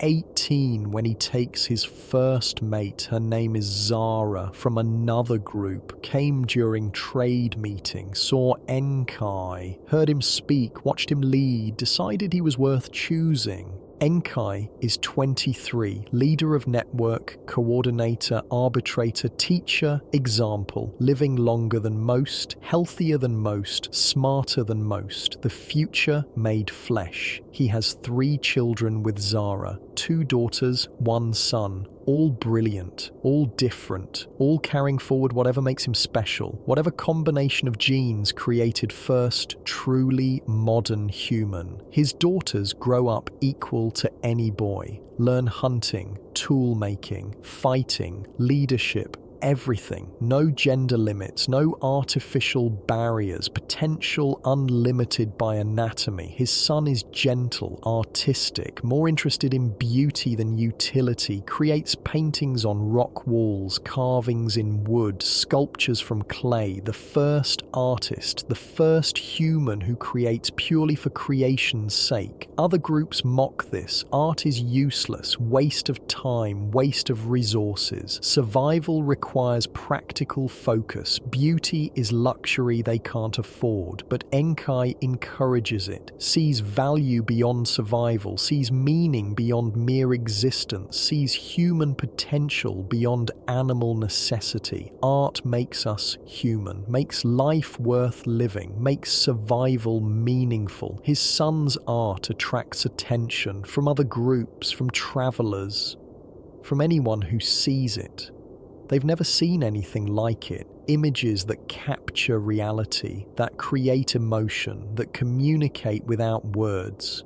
People travel to see it, trade for it, want to learn, want to create, want to participate in this new thing. Art spreads like language did, like tools did, like every innovation that makes us more human. Enkai watches his children grow and sees future, sees humanity becoming, sees potential unlimited, sees species that could achieve anything, could go anywhere, could become anything. He's 25 when Broken finally strikes. Enkai forgot about him. Years of safety made him careless, made him forget to watch, made him vulnerable. He's gathering alone, away from group, checking traps, usual routine, safe activity, done 100 times. Broken has been tracking him for weeks, learning patterns, waiting for opportunity, for moment when Enkai is alone, vulnerable, killable. The attack comes from behind. No warning, no honor, just sudden violence. Stone club to head, Enkai drops, dazed, bleeding, helpless. Broken stands over him, old now, grey, weak, but hate keeps him strong. Hate powers muscles that should be finished. Hate drives him to complete what he started 13 years ago. He raises club for killing blow. Finally, revenge achieved, old ways restored, intelligence defeated, strength triumphant, world made right. But Enkai isn't helpless, isn't finished. His mother's training saved, reflexes kick in, rolls, dodges, sweeps legs, broken falls, old bones on hard ground, cracking sounds. Enkai should run, should escape, should live, but something breaks in him. Years of trying peace, years of avoiding violence, years of building something better, all threatened by this one man's hate. He picks up the club, Broken's weapon, heavy, brutal, simple, the old way, the violent way, the way he's tried to transcend. Broken looks up, sees death, laughs. Finally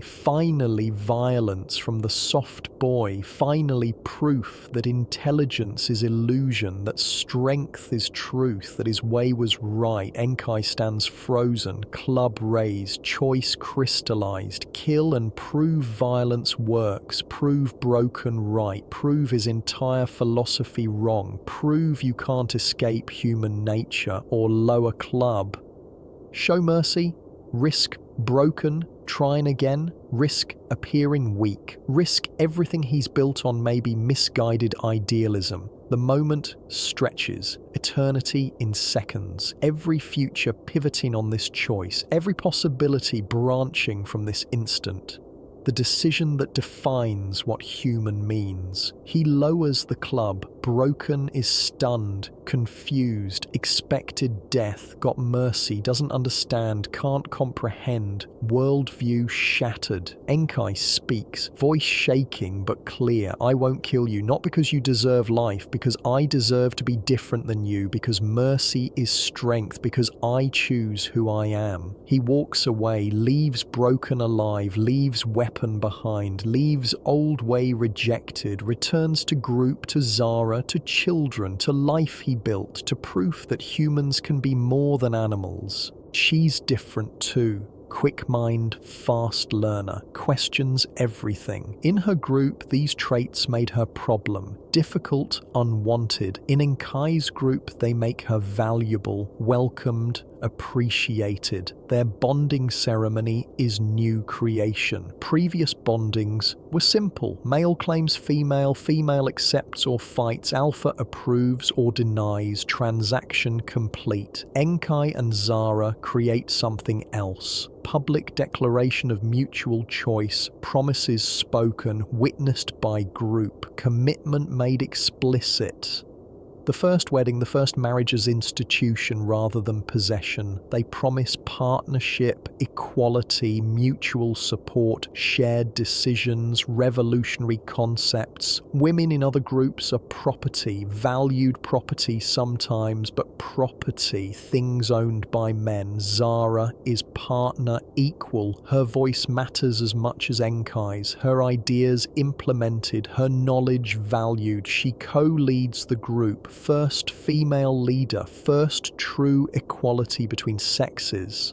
This attracts more women from other groups, hearing stories, seeking better life. Choosing Enkai's group because women matter there, because violence is forbidden, because equality is practiced. The group becomes majority female. Unusual, potentially unstable. Males from other groups notice, see opportunity, plan raids, want these women, want to restore proper order, want to prove equality is weakness. The first raid comes at night. 7 males from nearby group armed with clubs and spears, expecting easy victory, expecting women to submit, expecting Enkai's males to be soft, unprepared, easy to defeat. They're wrong. Enkai's group isn't passive, isn't unprepared, isn't weak. They're organized, trained, ready. The women fight alongside men, with same weapons, same training, same ferocity, not because they're naturally violent, because they're defending their choice, their freedom,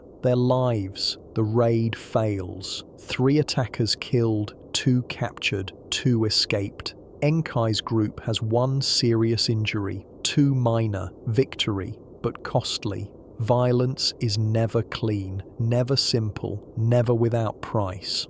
The captured raiders a problem. Traditional justice says kill them, execute publicly, warning to others, deterrent to future attacks, revenge for attempted harm. But Enkai's rules forbid killing, even enemies, even attackers. Rules must be consistent or they mean nothing, must apply universally or they're just convenient guidelines. They debate for days. Group divided. Some want execution. Fear requires fear, violence requires violence, can't show mercy to those who showed none. Others support Enkai. Rules matter. Consistency matters. Become like enemies and you become enemies. Kill and you normalize killing. Violence begets violence. Compromise reached. Exile the captives, but first mutilate them. Cut off 1 hand each. Mark them. Ensure everyone knows they attacked peaceful group. Ensure they can never fight effectively again. Punishment and deterrent, mercy and justice satisfies no one. Perfect compromise. The marked raiders are released, return to their group, tell story, show stumps, warn others. Enkai's group is different, not weak, not passive, capable of defending themselves, but also capable of mercy, of justice without murder, of something new. This story spreads. Enkai's group gains reputation. Strange group, weird rules, but strong, successful, growing. Women who want different life go there. Men who hate violence go there. Outcasts and innovators and dreamers go there. Within 5 years, the group is 120 people. Too large for single valley. Must split again. Create granddaughter groups. Extended network. The beginning of tribe, of society, of civilization. Each splinter group maintains core principles. No violence. Shared resources. Consensus decisions. Equal women. Communal education. The culture spreading. The new way propagating. Evolution happening socially instead of biologically. Broken sits alone. Club beside him, body broken from fall, mind broken from mercy. Everything he believed proven wrong. Strength didn't win, violence didn't triumph. The old way is finished. He dies 3 days later, alone, injuries infected, body giving up. But maybe mind changed, maybe final days brought understanding, maybe mercy taught what violence couldn't. We'll never know. Enkai is changed by the encounter, realizes peace requires constant choice, requires rejecting violence every time, requires being stronger than those who choose easy way, requires courage that dominance never demanded. He becomes more committed to his path, more determined, more convinced that humans must evolve beyond their origins, must become more than smart animals, must choose consciousness over instinct, must build civilization on ideas rather than force. His teachings spread farther. Other groups adopt elements, not everything, not fully, but pieces, bits, concepts that make sense, that improve life, that work. No killing within group becomes universal, too destabilizing, too destructive. Groups that kill themselves don't survive. Evolutionary pressure toward internal peace. Sharing resources becomes common, not complete equality, but recognition that hoarding destroys groups, that cooperation enables survival, that greed is genetic suicide. Consensus decisions spread slowly. Most groups prefer faster methods, but value of discussion is recognized, of hearing perspectives, of avoiding mistakes through group wisdom. Women's rights improve gradually, not equality yet, but recognition that half of humanity has brains too, has value too, has contributions too. Slow progress toward fairness.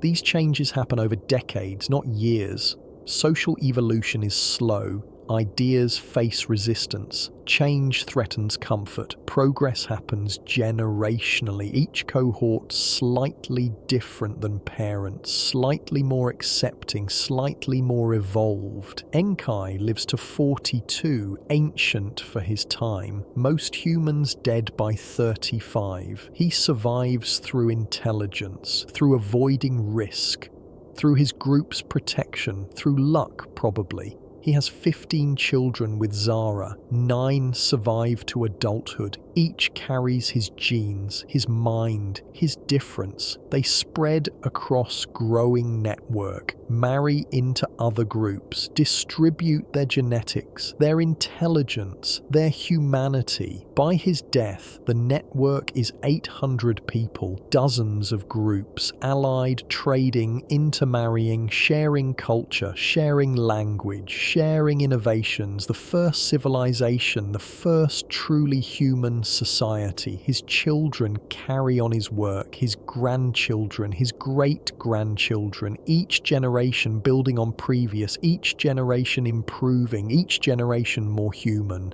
The stories about him become legends. The real man disappears into myth. but his ideas remain, his innovations, his vision, his belief that humans could be better than their origins. 3,000 years after his death, humans have spread across Africa, developed complex tools, complex language, complex societies, art everywhere, music, stories, religion, everything that makes us human. 10,000 years after his death, humans leave Africa, spread to Asia, to Europe, to Australia, everywhere, adapting to every environment, conquering every challenge, unstoppable.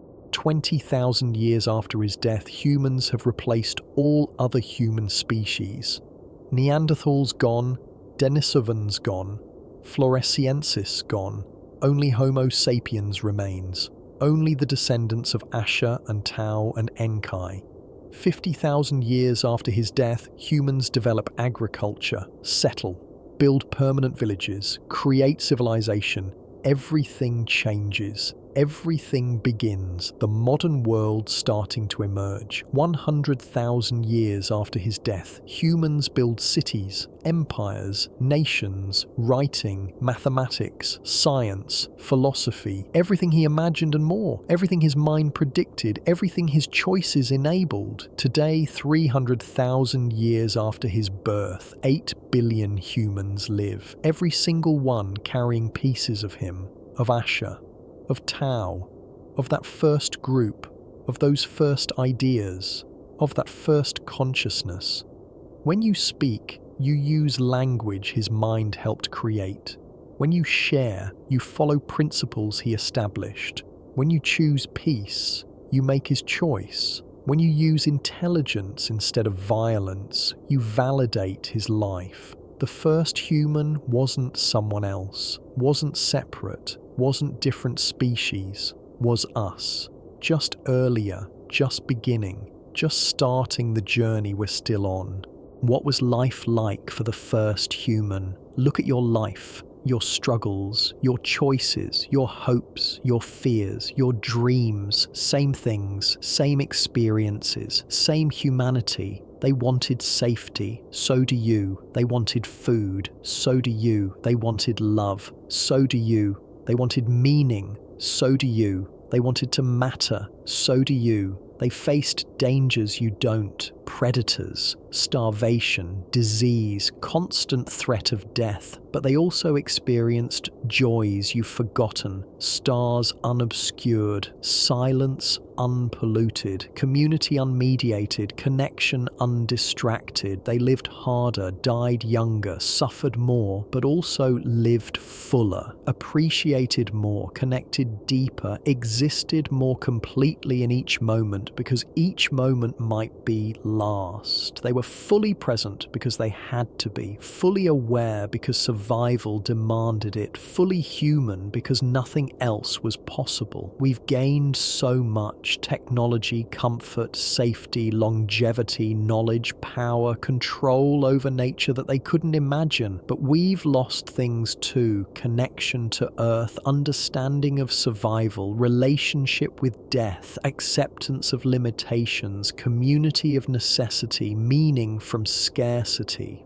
The first human lived at the perfect balance point, smart enough to think, not so smart to overthink, connected enough to bond, not so connected to lose self, safe enough to plan, not so safe to forget danger. They were what we're trying to be: present, conscious, connected, real, fully human without the complications we've added, without the abstractions we've created, without the distance we've built between experience and existence. Every human alive today contains their wisdom, their courage, their resilience, their humanity. We are them plus time, them plus technology, them plus knowledge, but fundamentally, essentially, completely them. The same fears in different clothes. the same hopes in different words, the same struggles in different contexts, the same humanity across 300,000 years. When you look at stars and feel small, that's Enkai's wonder. When you tell stories around fire, that's his innovation. When you choose peace over violence, that's his courage. When you create beauty, that's his son's art. When you think about thinking, that's his consciousness. You are not descended from the first human. You are the first human, still becoming, still evolving, still choosing what human means. Every morning, you wake and choose to be human. Choose consciousness over instinct. Choose thought over reaction. Choose creation over destruction. Choose meaning over emptiness. That's what life was like for the first human. It was choosing constantly, endlessly, every moment, choosing to be human instead of animal, choosing mind over muscle, choosing future over past, choosing possibility over certainty. They chose and we inherited their choice. They built and we live in their building. They dreamed and we inhabit their dream. They were first and we are continuation, one unbroken line of humanity from then to now to forever. The first human looked at the darkness and invented fire, looked at silence and invented language, looked at violence and invented peace, looked at meaninglessness and invented meaning, looked at death and invented legacy. You do the same every day, every choice, every creation, every connection, every moment of consciousness. You are them, they are you. Same human, same struggle, same triumph, same story told 8 billion ways. That's what life was like for the first human on Earth. It was life, same as yours, different circumstances, different challenges, different context, but same essential experience of being conscious in universe that doesn't care, of creating meaning in emptiness, of building light in darkness. They were first. We are continuation. Together we are humanity. One story, one species, one impossible journey from unconscious matter to conscious meaning, from atoms to artists, from chemistry to choice, from nothing to everything. The first human started something that will never finish, can't finish, won't finish until last human takes last breath. And maybe not even then. Maybe consciousness itself is the point. Maybe awareness itself continues. Maybe humanity is just beginning. Enkai would be proud. Asher would smile. Tao would understand. Because we did it. We survived. We thrived. We became everything they hoped and more than they imagined. 8 billion lights in darkness, 8 billion stories in silence, 8 billion choices in chaos, 8 billion humans living the life they made possible. That's what life was like for the first human. It was making life possible for us. That's what life is like for every human, making life possible for next. Building future from present, creating meaning from existence, being first again and again and again. We are all the first human, every moment, every choice, every breath. First to experience this exact moment, first to make this exact choice, first to think this exact thought, first continuously, endlessly, forever. The story never ends because we never stop being first. First to see tomorrow. First to face unknown. First to choose what comes next. The first human isn't history. It's us, now, always. Forever choosing what human means. But there's more to understand about what life was truly like. We need to go deeper into the daily existence, into the moments between survival, into the consciousness that was awakening. Let's return to Enkai at age 30. Established leader, recognized innovator, father, teacher, but still human, still struggling, still uncertain, still afraid. He wakes every morning with the same anxiety his ancestors felt. Will there be food today? Will everyone survive? Will something go wrong? the weight of responsibility that leaders carry, the burden of others depending on your decisions. His mornings start with fire, always fire, checking that it still burns, adding fuel, nurturing flame. This ritual connects him to every human before him, every human who kept fire alive, every human who understood that darkness and cold mean death. He performs this task personally, could delegate, should delegate, but doesn't. Fire is too important, too sacred, too fundamental to trust completely to others. Some responsibilities can't be shared. After fire comes inventory, mental accounting of resources, how much dried meat remains, how many days of stored nuts, water situation, tool condition, endless logistics that survival demands. His mind works differently than others. He doesn't just count current supplies, he projects forward. Calculates consumption rates, predicts shortage points, plans gathering expeditions, thinks in timelines that extend weeks or months ahead. This ability makes him valuable, but also isolates him. Others live day to day, moment to moment. He lives in constant awareness of approaching problems, of potential disasters, of threats still distant but inevitable. It's exhausting. His mind never rests, never stops calculating, never stops worrying. The price of intelligence is anxiety. The curse of foresight is seeing dangers others miss. Zara understands this about him, sees his worry, feels his tension. She can't fix it, can't make it better, but she can share it, bear part of the weight, remind him he's not alone.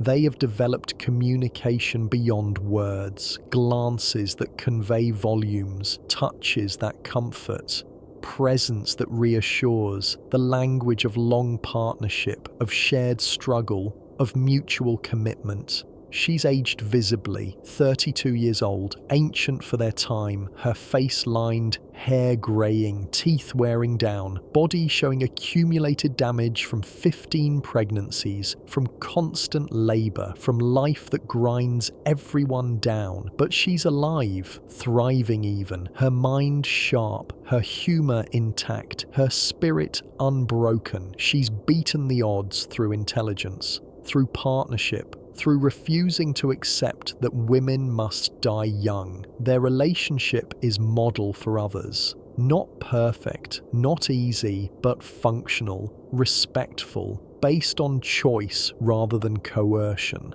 based on partnership rather than possession, the foundation of something new. They argue sometimes about decisions, about children, about priorities, real arguments, passionate disagreements, not permitted in traditional groups where male opinion is final, revolutionary in its normalcy. This morning they argue about their oldest daughter, 15 years old, beautiful, brilliant, attracting attention from young males across the network. Some appropriate, some not, some dangerous.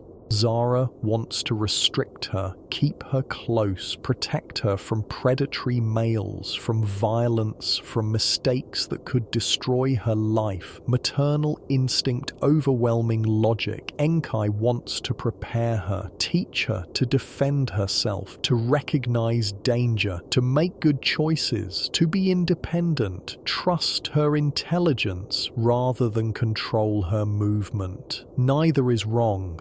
Both are right. Different approaches to same goal, same love expressed through different strategies. The eternal parental conflict. They reach compromise. As always, daughter gets more freedom, but more training too. Self-defense, judgment skills, understanding of male behavior, preparation for independence rather than enforcement of dependence.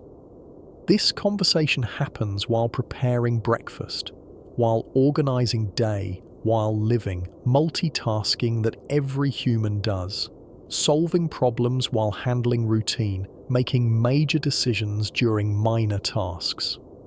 Breakfast is communal. Everyone contributes. Everyone eats together. No hierarchy at mealtime. Another Enkai innovation. Another break from tradition where alphas eat first and best. This morning there's porridge from pounded grain, revolutionary food. They've started cultivating certain grasses, not quite agriculture, not quite farming, but beginning, planting seeds near camp, encouraging growth, protecting plants, proto-farming that will eventually transform everything.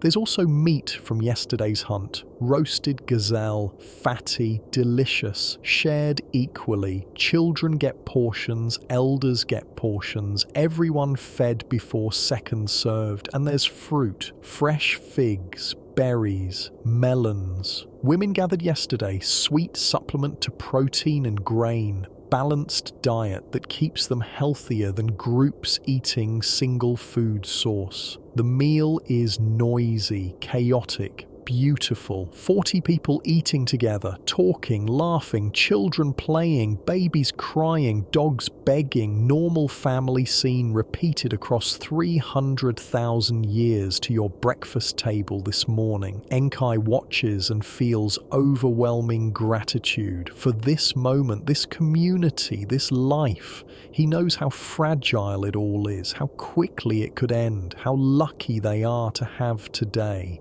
After breakfast comes the daily meeting, another innovation. Everyone gathers, discusses plans, raises concerns, makes collective decisions. Takes 15 minutes most days, hours on difficult days, but ensures everyone knows what's happening. Everyone has voice, everyone is included. Today's meeting addresses migration concerns. Scouts report game becoming scarce. Local plants depleted, water level dropping, time to move soon, maybe next moon, maybe sooner. Where to go?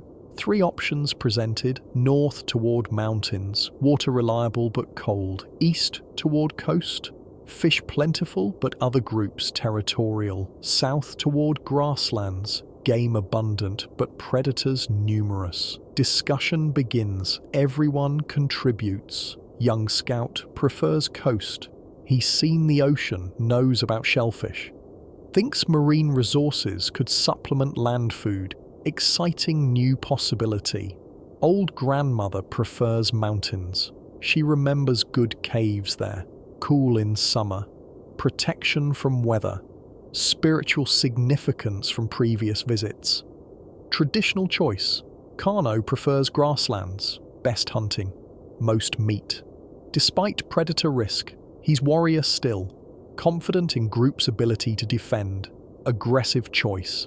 Enkai listens to all perspectives, weighs factors, calculates risks, considers group composition.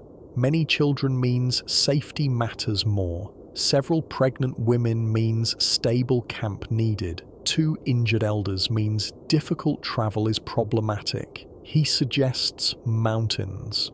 Not his preference necessarily, but best for current group needs. Compromises everyone can accept. Safe enough, productive enough, traditional enough. Discussion continues. Points raised, counterpoints offered. Consensus building slowly. This is democracy at its purest, messy, time-consuming but inclusive, fair, respecting everyone's voice. Eventually, agreement reached. Mountains it is. They'll leave in 10 days, gives time to prepare, to gather extra supplies, to scout route, to ready everyone for journey. Meeting ends, work begins, constant work, endless work. Survival requires perpetual effort, no days off, no vacation, no retirement until death. Men prepare hunting expedition, need meat for journey, need to dry it for carrying, need enough to last until mountain hunting grounds reached. 3-day hunt planned, dangerous, necessary. Women organize gathering, need to collect all available food, need to process it for travel, need maximum calories in minimum weight, efficiency essential, children assigned tasks, collecting firewood, carrying water, watching younger siblings, grinding grain. Age-appropriate work that contributes, that teaches, that prepares them for adulthood. Elders handle craft work, tool repair, basket weaving, hide processing, work that requires skill but not strength, work that remains valuable despite aging bodies, work that maintains their worth, their dignity, their place. Enkai moves among them, checking progress, offering advice, solving problems, teaching techniques, leading through presence rather than orders, through example rather than commands. He stops at tool-making station, 3 young men learning to knap flint. Difficult skill, takes years to master. He's expert level, can create perfect blade in minutes. Can teach in ways that make sense. He demonstrates, shows hand position, strike angle, force application, how to read the stone, how to predict flaking, how to achieve desired shape. Knowledge that seems magical but is just physics and practice. The young men watch intently, try to copy, fail initially, try again, improve slightly, learning through repetition, through failure, through persistence. The only way complex skills transfer, one shows particular aptitude, natural talent, quick learner. Enkai notices, spends extra time with him, recognizes potential, nurtures ability, understanding that teaching isn't equal time, it's identifying and developing talent. This boy could become master toolmaker, could innovate, could improve techniques, could teach others. Investment in him is investment in future, in group capability, in collective knowledge. Enkai moves to gathering group, women processing tubers, hard work, physically demanding, tedious, essential. He helps without being asked. No task beneath him, no work too menial, leadership through participation. The women appreciate this. Most males won't do women's work. Consider it beneath them, degrading. Enkai sees all work as valuable, all contribution as worthy, revolutionary attitude that changes culture. He learns from them too. They know plants he doesn't, techniques he hasn't mastered, timing he can't predict. Their knowledge equal to his, different domain, same importance. Old woman shows him root processing technique, pound it, soak it, pound again, soak again, removes toxins, makes digestible, simple process, but discovered through generations of trial and error, preserved through teaching, survival knowledge that can't be lost. He commits it to memory, adds it to mental library, stores it for future teaching. Information is precious, knowledge is wealth, learning is sacred. Afternoon brings different activities, some hunt, some gather, some work on camp tasks, some rest. Division of labor that maximizes efficiency, that prevents exhaustion, that sustains long-term productivity. Enkai teaches children, daily lesson, essential education. He gathers 10 of them, ages 5 to 12, sits in shade, begins instruction. Today's lesson is about stars, about navigation, about using sky to find direction, knowledge that could save lives, that enables long-distance travel, that separates humans from animals. He points to sun, explains its movement, east to west, always reliable, can tell direction by sun position, can estimate time by sun height, basic knowledge, foundation for advanced concepts. He draws in dirt, shows how stars rotate around single point, North Star, fixed point in sky, shows how to find it using constellation patterns, how to use it for navigation, how to never be lost if you can see stars. The children are fascinated, asking questions, making connections, understanding implications, young minds absorbing. processing, building on prior knowledge. One boy asks why stars move. What causes it? Enkai doesn't know, honest about limitations, but offers theories. Maybe world spins, maybe stars attached to something rotating, maybe forces we don't understand, modelling intellectual humility, teaching that not knowing is acceptable, that speculation is valuable, that curiosity matters more than certainty. Another girl asks if other groups see same stars. Deep question. Shows abstract thinking, understanding of perspective, of shared reality, of connection across distance.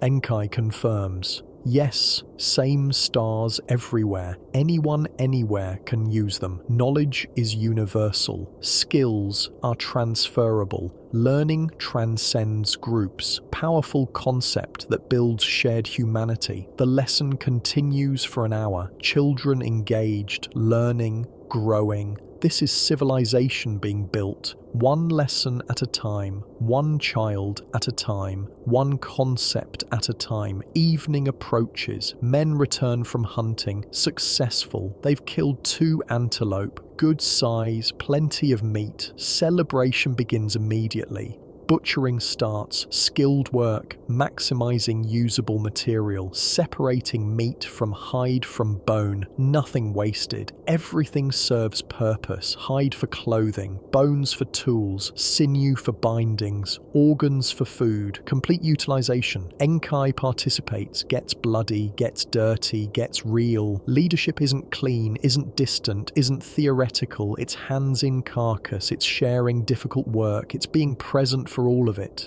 The meat is distributed, portions calculated, everyone gets share, hunters get extra, they earned it. Expended calories, took risks, deserve reward, but everyone fed. Balance between merit and equality, between incentive and fairness. Some meat eaten fresh, roasted immediately, hot food, celebration food. Morale boost that survival sometimes allows. Rest is processed for preservation, cut thin, salted, smoked, dried.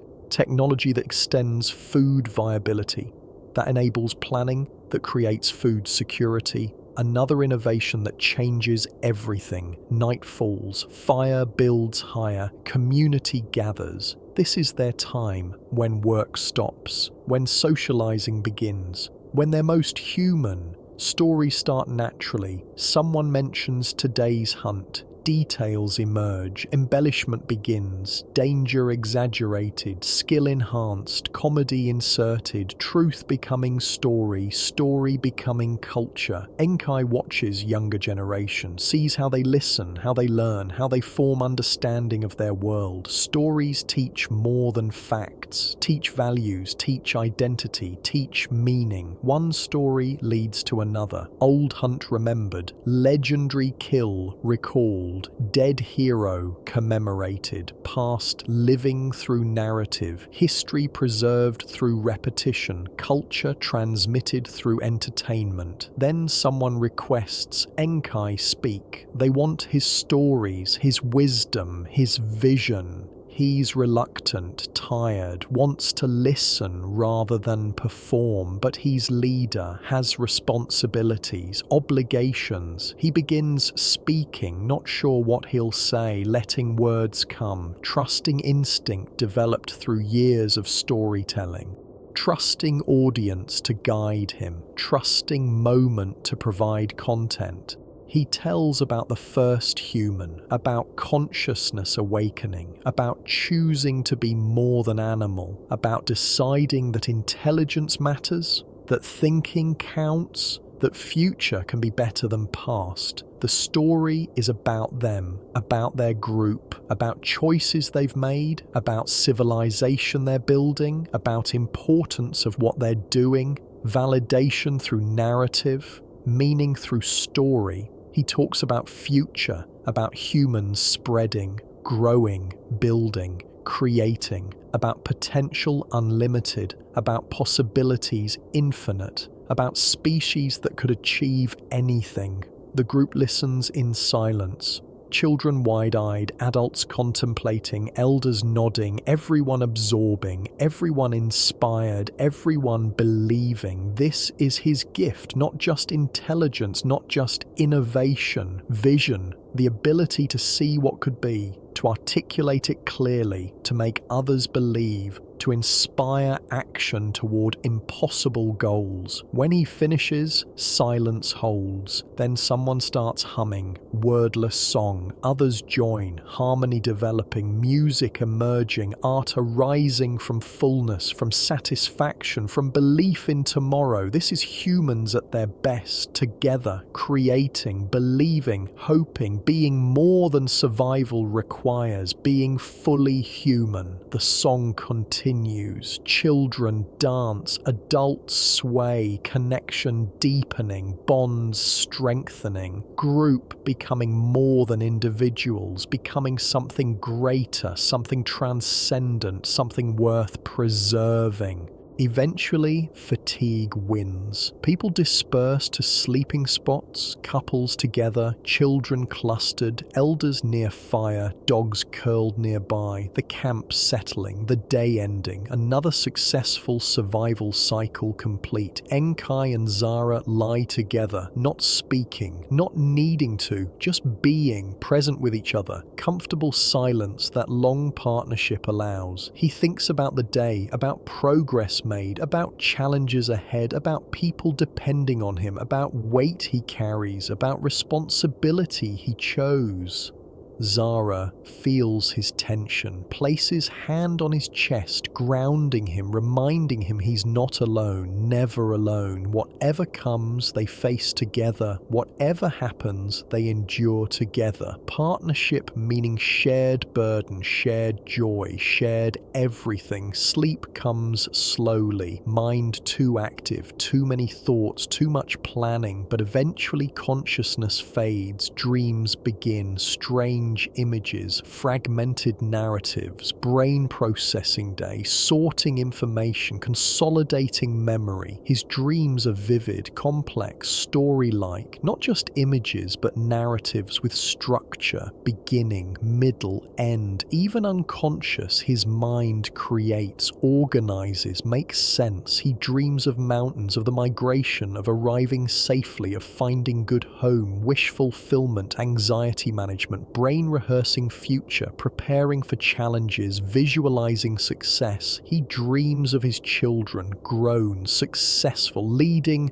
their own groups, spreading his ideas, building on his foundation, legacy continuing, immortality through impact, meaning through propagation of values. He dreams of threats, predators attacking, other groups raiding, resources failing, nightmares expressing fears, anxieties manifesting, mind processing dangers, preparing responses. He dreams of Tao, the father he never knew, the origin of his difference, imagining meeting, imagining conversation, imagining understanding, connection impossible in life, possible in dreams, meaningful anyway. Dreams shift and blend, logic disappearing, time becoming fluid, reality negotiable, the strange space where consciousness retreats, where mind plays, where anything possible. Morning comes too soon, always too soon, sun breaking horizon, birds announcing, day beginning, cycle repeating, life continuing. Enkai wakes, checks Zara, sleeping still, peaceful, beautiful despite age, despite hardship, despite everything. Love renewed, commitment reinforced, choice reaffirmed. He rises quietly, tends fire, morning ritual, connecting to humanity, to history, to everyone who kept flame alive, sacred duty, essential task, beginning of new day. Other days will follow, some better, some worse, some triumphant, some tragic. Life is mix, always mix, joy and suffering, success and failure, hope and despair.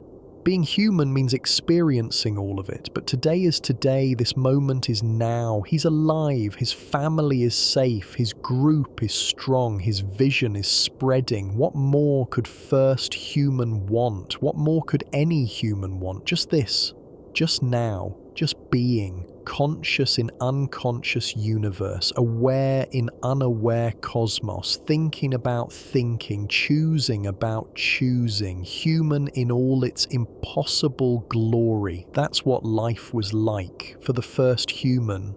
It was mornings and evenings, work and rest, fear and joy, struggling and succeeding, loving and losing, all of it, every bit, exactly like your life, exactly like every life, exactly like being human always is and always will be. The particulars change, the context shifts, the technology advances, but the essential experience remains constant. Waking, working, connecting, creating, surviving, thriving, meaning, making, love sharing, life living. 300,000 years separate you from Enkai. 300,000 years of history, of progress, of change, of accumulation, but 0 years of human experience. 0 difference in what it feels like, in what it means, in what it demands. You are Enkai waking to new day. You are Zara supporting partner. You are their children learning. You are their group building. You are humanity continuing. You are the first human being human right now. That's the truth. That's the answer.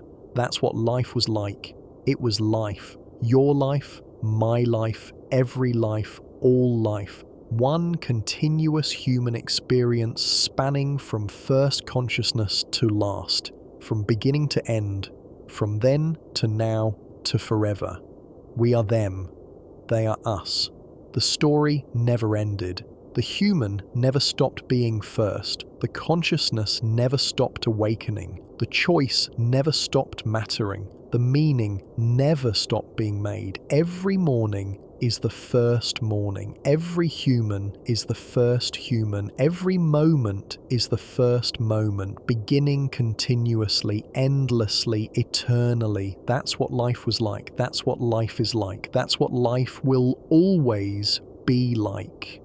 For the first human, for every human, for all humans, forever and always and now.